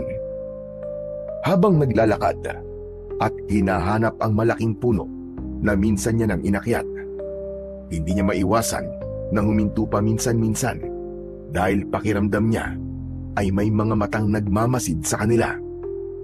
Hindi naman siya ganito dati, pero mula nang mahawakan ng sagradong punyal, nagkaroon na siya ng matalas at malakas na pakiramdam. Habang lumalalim naman ang gabi, mas nagiging bilog ang maliwanag na buwan at mas lumalamig ang simoy ng hangin. Hanggang sa marating na nga nila ang punong ilang oras na nilang hinahanap. Ito na yun. Hindi ako pwedeng magkamali, Insan. Ito na yung puno na nagligtas sa akin mula sa matandang aswang. Dito ko rin nakita yung bagay na hinahanap natin. Kung titignan, Insan, parang normal na puno lang pala ito eh. Malaki lang at maraming baging, kaya nagmumukhang nakakatakot. Ano, Insan? Anong gagawin natin? Malakas ang kutob kong pinagmamasdan niya lang tayo. hindi ko siya nakikita ngayon. Pero, ang weird sa pakiramdam eh. Siguro maghintay muna tayo sa ilalim ng puno. Magmamasid tayo hanggang sa makita natin siya. Malapit na rin namang sumapit ang hating gabi.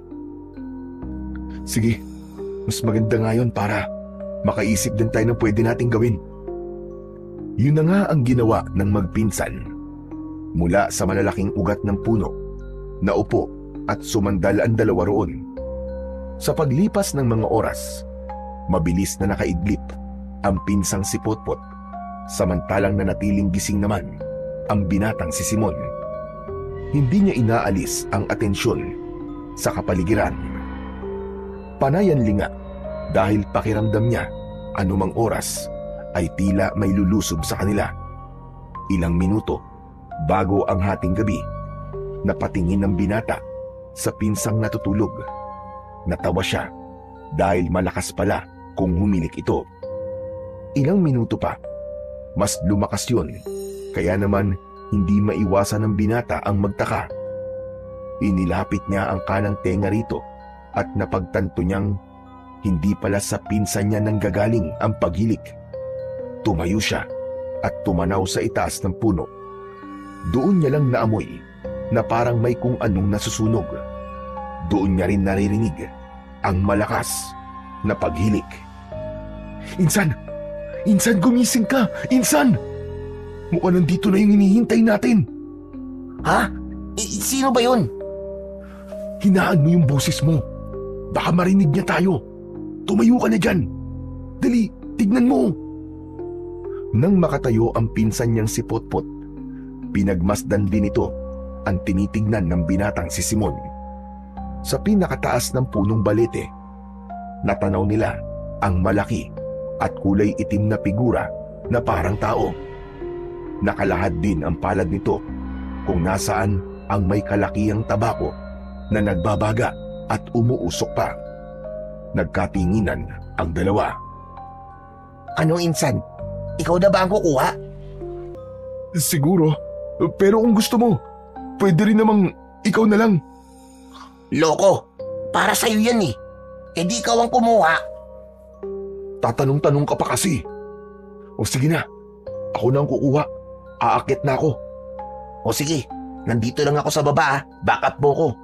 Kung magising man siya at saktan ka, huwag ka magdadalawang isip na gamitin ang punyal mo. Tumango ang binata. Matapos makapag-usap, sinimulan nito ang paghahanap ng matibay na baging patungo sa itaas ng puno. Mahina at dahan-dahan ang pagkilos na ginagawa niya. Siniguro niyang hindi siya makakagawa ng kahit na anong ingay na maaaring ikagising ng kapre. Nang mahawakan ng baging na napili, sinimulan niya na rin ang pag-akyat. Halos pigil niya rin ang paghinga at iniiwasan na makaramdam ng kahit na anong takot o kaba. Ilang minuto, tuluyan na siyang nakarating sa tuktok. Nakasabit pa rin siya sa baging. Pinagmasdan niya ang kapre. Doon niya lang mas nakita ang kabuuang itsura nito. Medyo hawig din sa mga nakikita niya sa internet. Malaking nilalang ito na medyo malaki rin ang tiyan at mga dibdib. Mabalahibo ang parehong mga braso at paa. Mahaba at medyo matulis ang mga tenga. Mahaba ang balbas at bigote. Ganon din ang buhok na napakagulo. May mga baging itong nakabalot sa katawan at bahag lang ang nagsisilbing kasuotan. Mamang Kapre, sorry po. Kailangan na kailangan ko talaga tong gawin eh. Malapit ang kinalalagyan ni Simon sa palad ng kapre kung nasaan ang mahiwagang tabako nito. Mabilis na kumilos ang binata at gamit ang kaliwang kamay, dahan-dahan niyang kinuha ang bagay na yon. Ngunit dahil hindi sapat ang haba ng braso niya, sandaling huminto ang binata. Inilibot niya ang paningin at naghanap ng may kahabaang sanga. Napangiti siya nang makakita malapit sa ulo niya. Sakto rin na parang may panungkit yun upang makuha at hindi mahulog ang tabako. Bumalik siya sa ginagawa. Marahan niyang itinutok ang sanga sa tabako at dahan-dahan itong sinungkit. Sandali pang gumalaw ang kapre, kaya naman dun lang siya nakaramdam ng kaba. Ilang sandali pa, tuluyan niya itong nasungkit palapit sa kanya. Agad niya itong hinawakan. Yes! Gaya ng punyal, nang mahawakan ng binata ang tabako ng kapre, may parang bultahe ng kuryente ang dumaloy doon. Mas malakas at mas mainit. Kaya naman, hindi niya maiwasan ang mapasigaw hanggang sa nagising ang kapre. Naku po! Hindi ko intensyon na! Ah! Bago pa man maituloy ng binata ang gusto niyang sabihin, nahawakan na siya ng kapre. Marahan siyang inilapit ng nilalang sa mukha nito at doon ay ramdam na ramdam ni Simon ang matinding takot.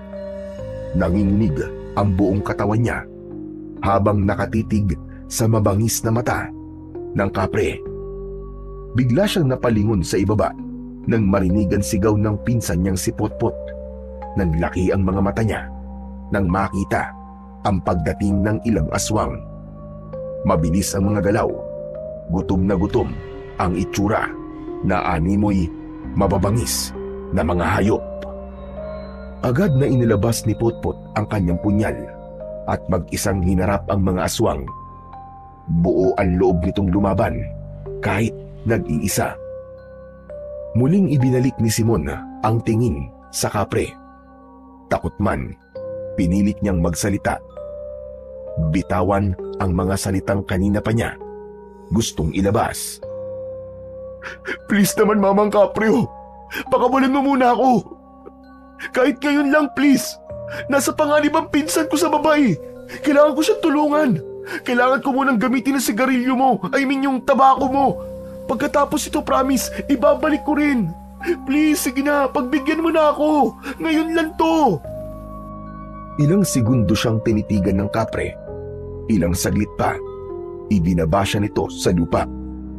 Uy, thank you, thank you. Maraming salamat po, Mamang Kapre.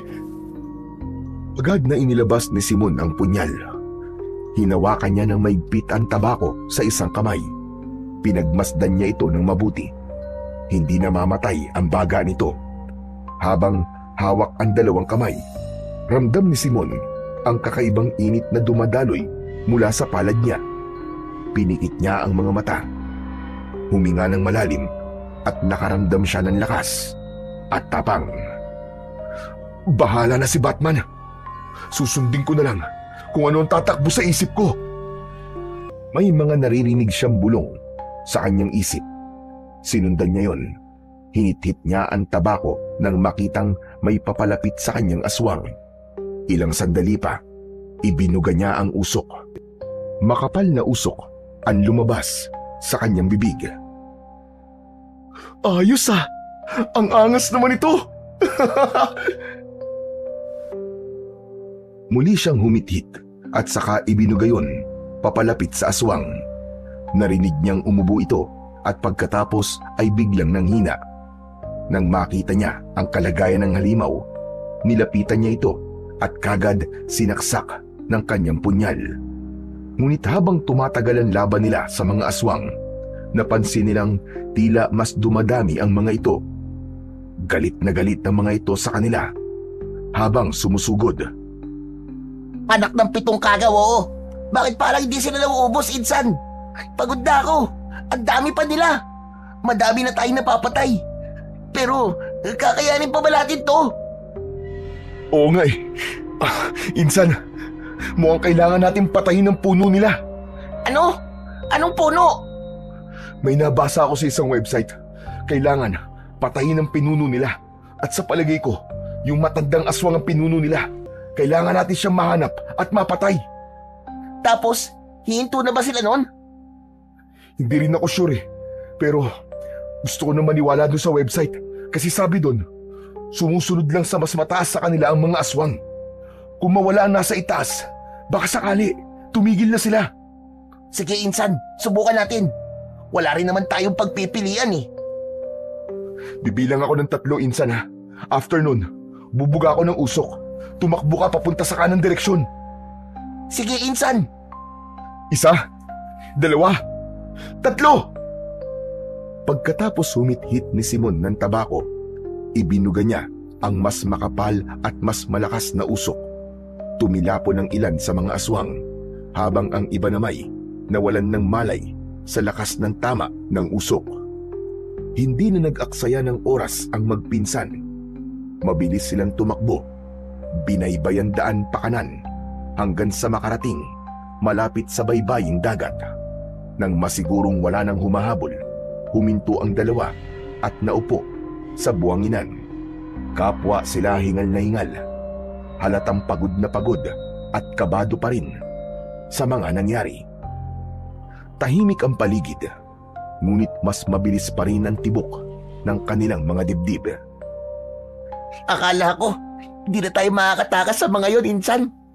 Mas marami pa sila kaysa sa mga aswang na lumusob sa baryo. Mabuti na lang at hawak mo na ang mutya ng tabako. Kumusta naman, Insan? Ayos na ayos to. Libre, Yossi. Iyan ka na naman eh. Nasa panganib na nga tayo eh. Nakukuha mo pang magbiro. Pambihira ka talaga, oo. Sorry na. Pero Insan, honestly, na-amaze talaga ako dito. Pero parang natatakot din.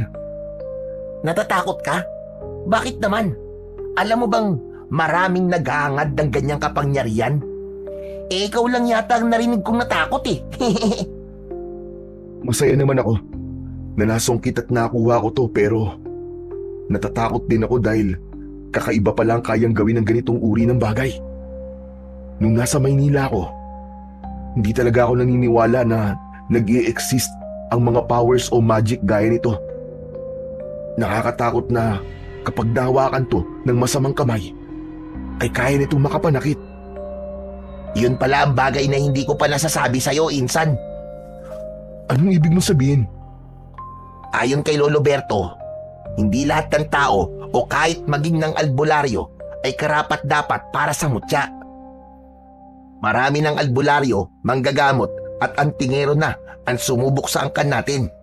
At marami-rami na rin ang hindi nagtagumpay. Teka, hindi ko magets yung sinasabi mo eh. Ibig kong sabihin, hindi lahat ay pinagkakatiwalaan ng mutya.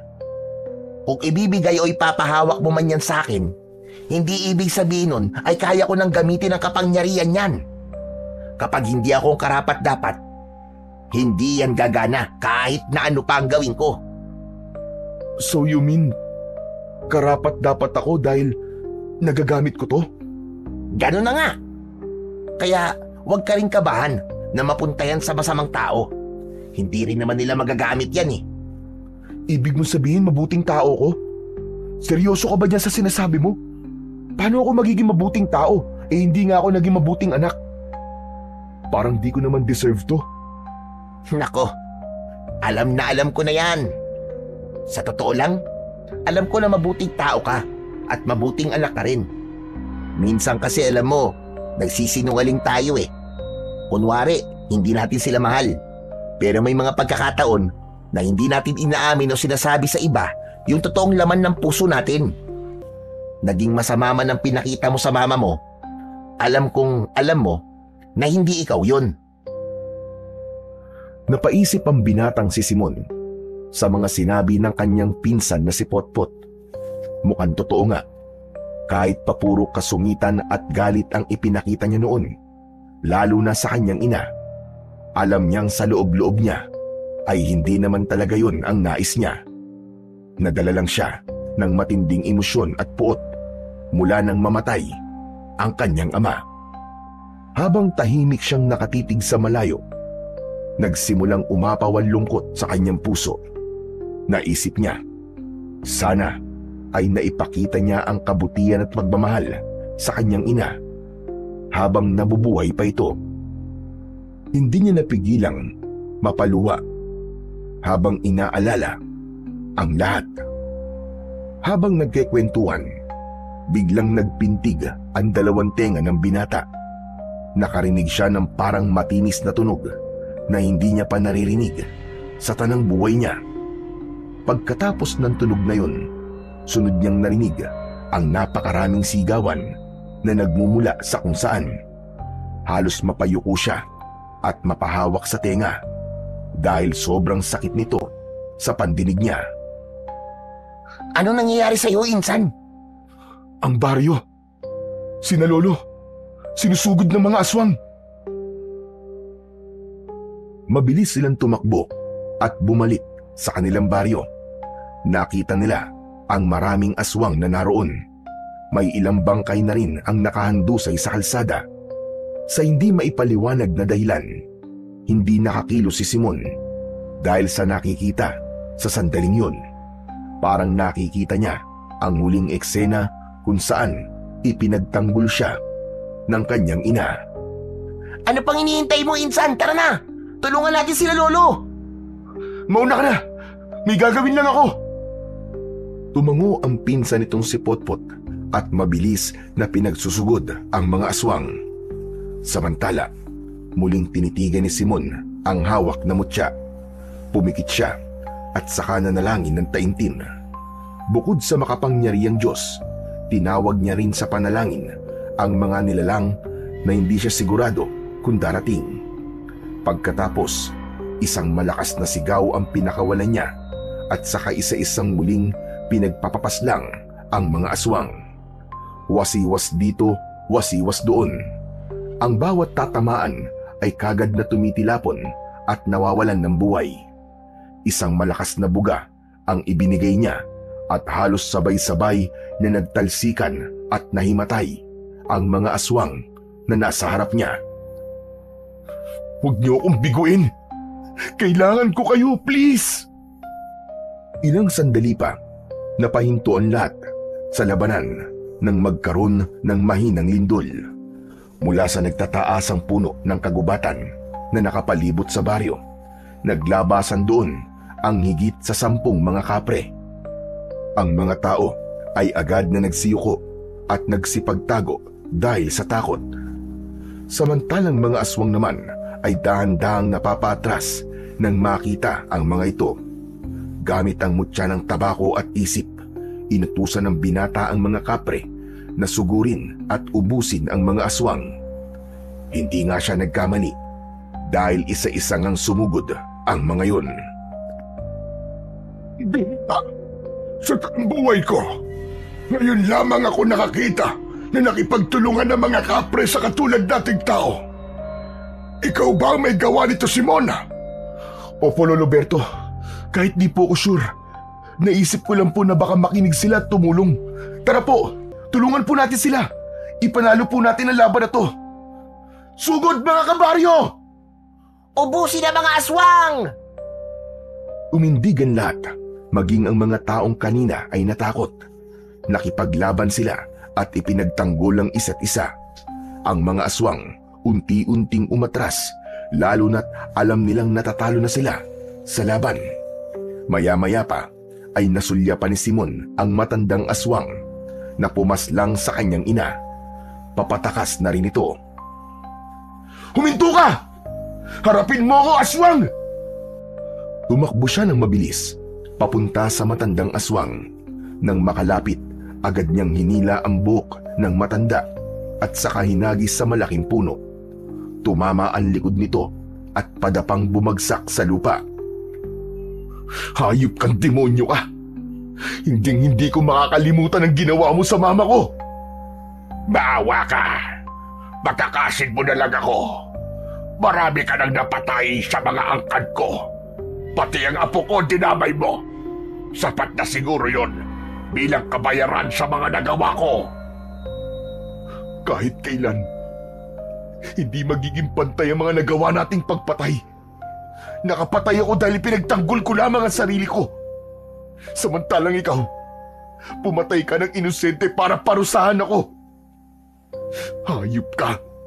Ipaparamdam ko sa'yo ang dinanas ng mama ko! Lumapit ang binatang si Simon sa aswang. Mabilis niyang isinuksok sa bulsa ang tabako ng kapre. Sa kawalang pag-aatubiling, dinampot ang aswang sa leeg.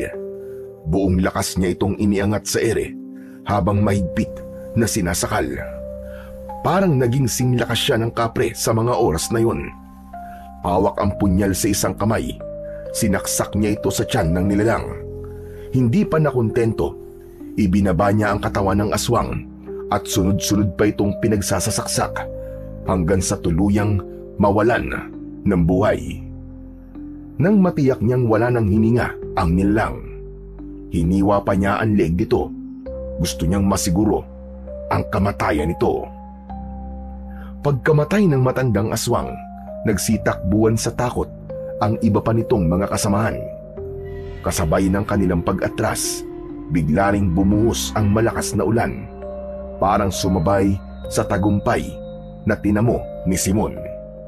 Sa gitna ng ulan, nakita ng mga tao ang unti-unting pag-alis ng mga kapring tumulong sa kanila.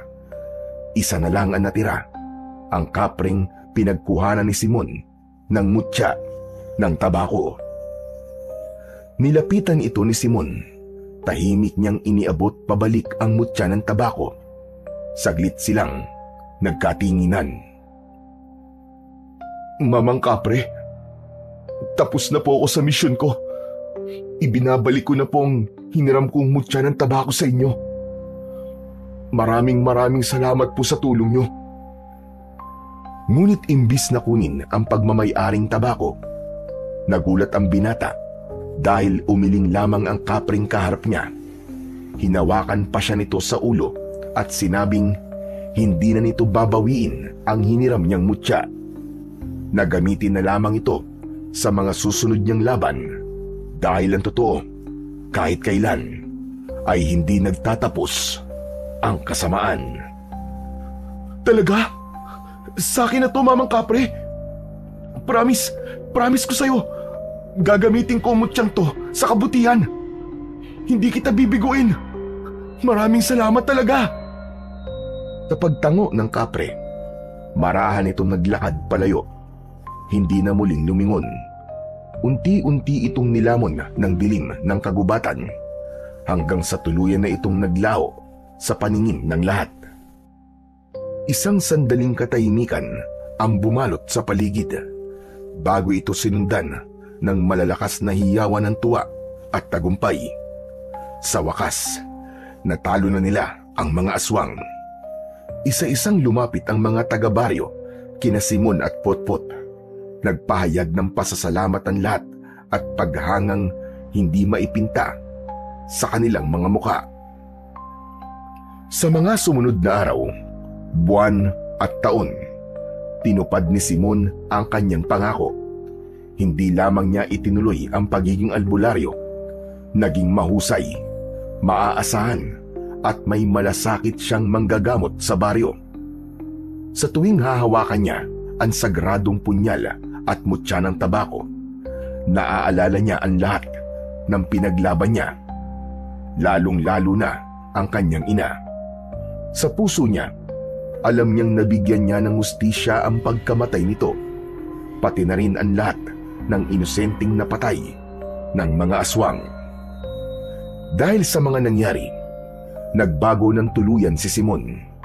Sa pagkakatagpo niya sa madilim na bahagi ng sarili niya, doon niya rin natagpuan ang liwanag. Natutunan niyang maging totoo sa sarili, natutong rumispeto, magmahal at tumanggap ng pagkakamali. Ang dating bastos, mainiti ng ulo at swail na apo ni Lolo Berto, ngayon ay isa ng mahinahon at tapat na albularyo na walang pag-aalinlangang tumutulong sa mga nangangailangan.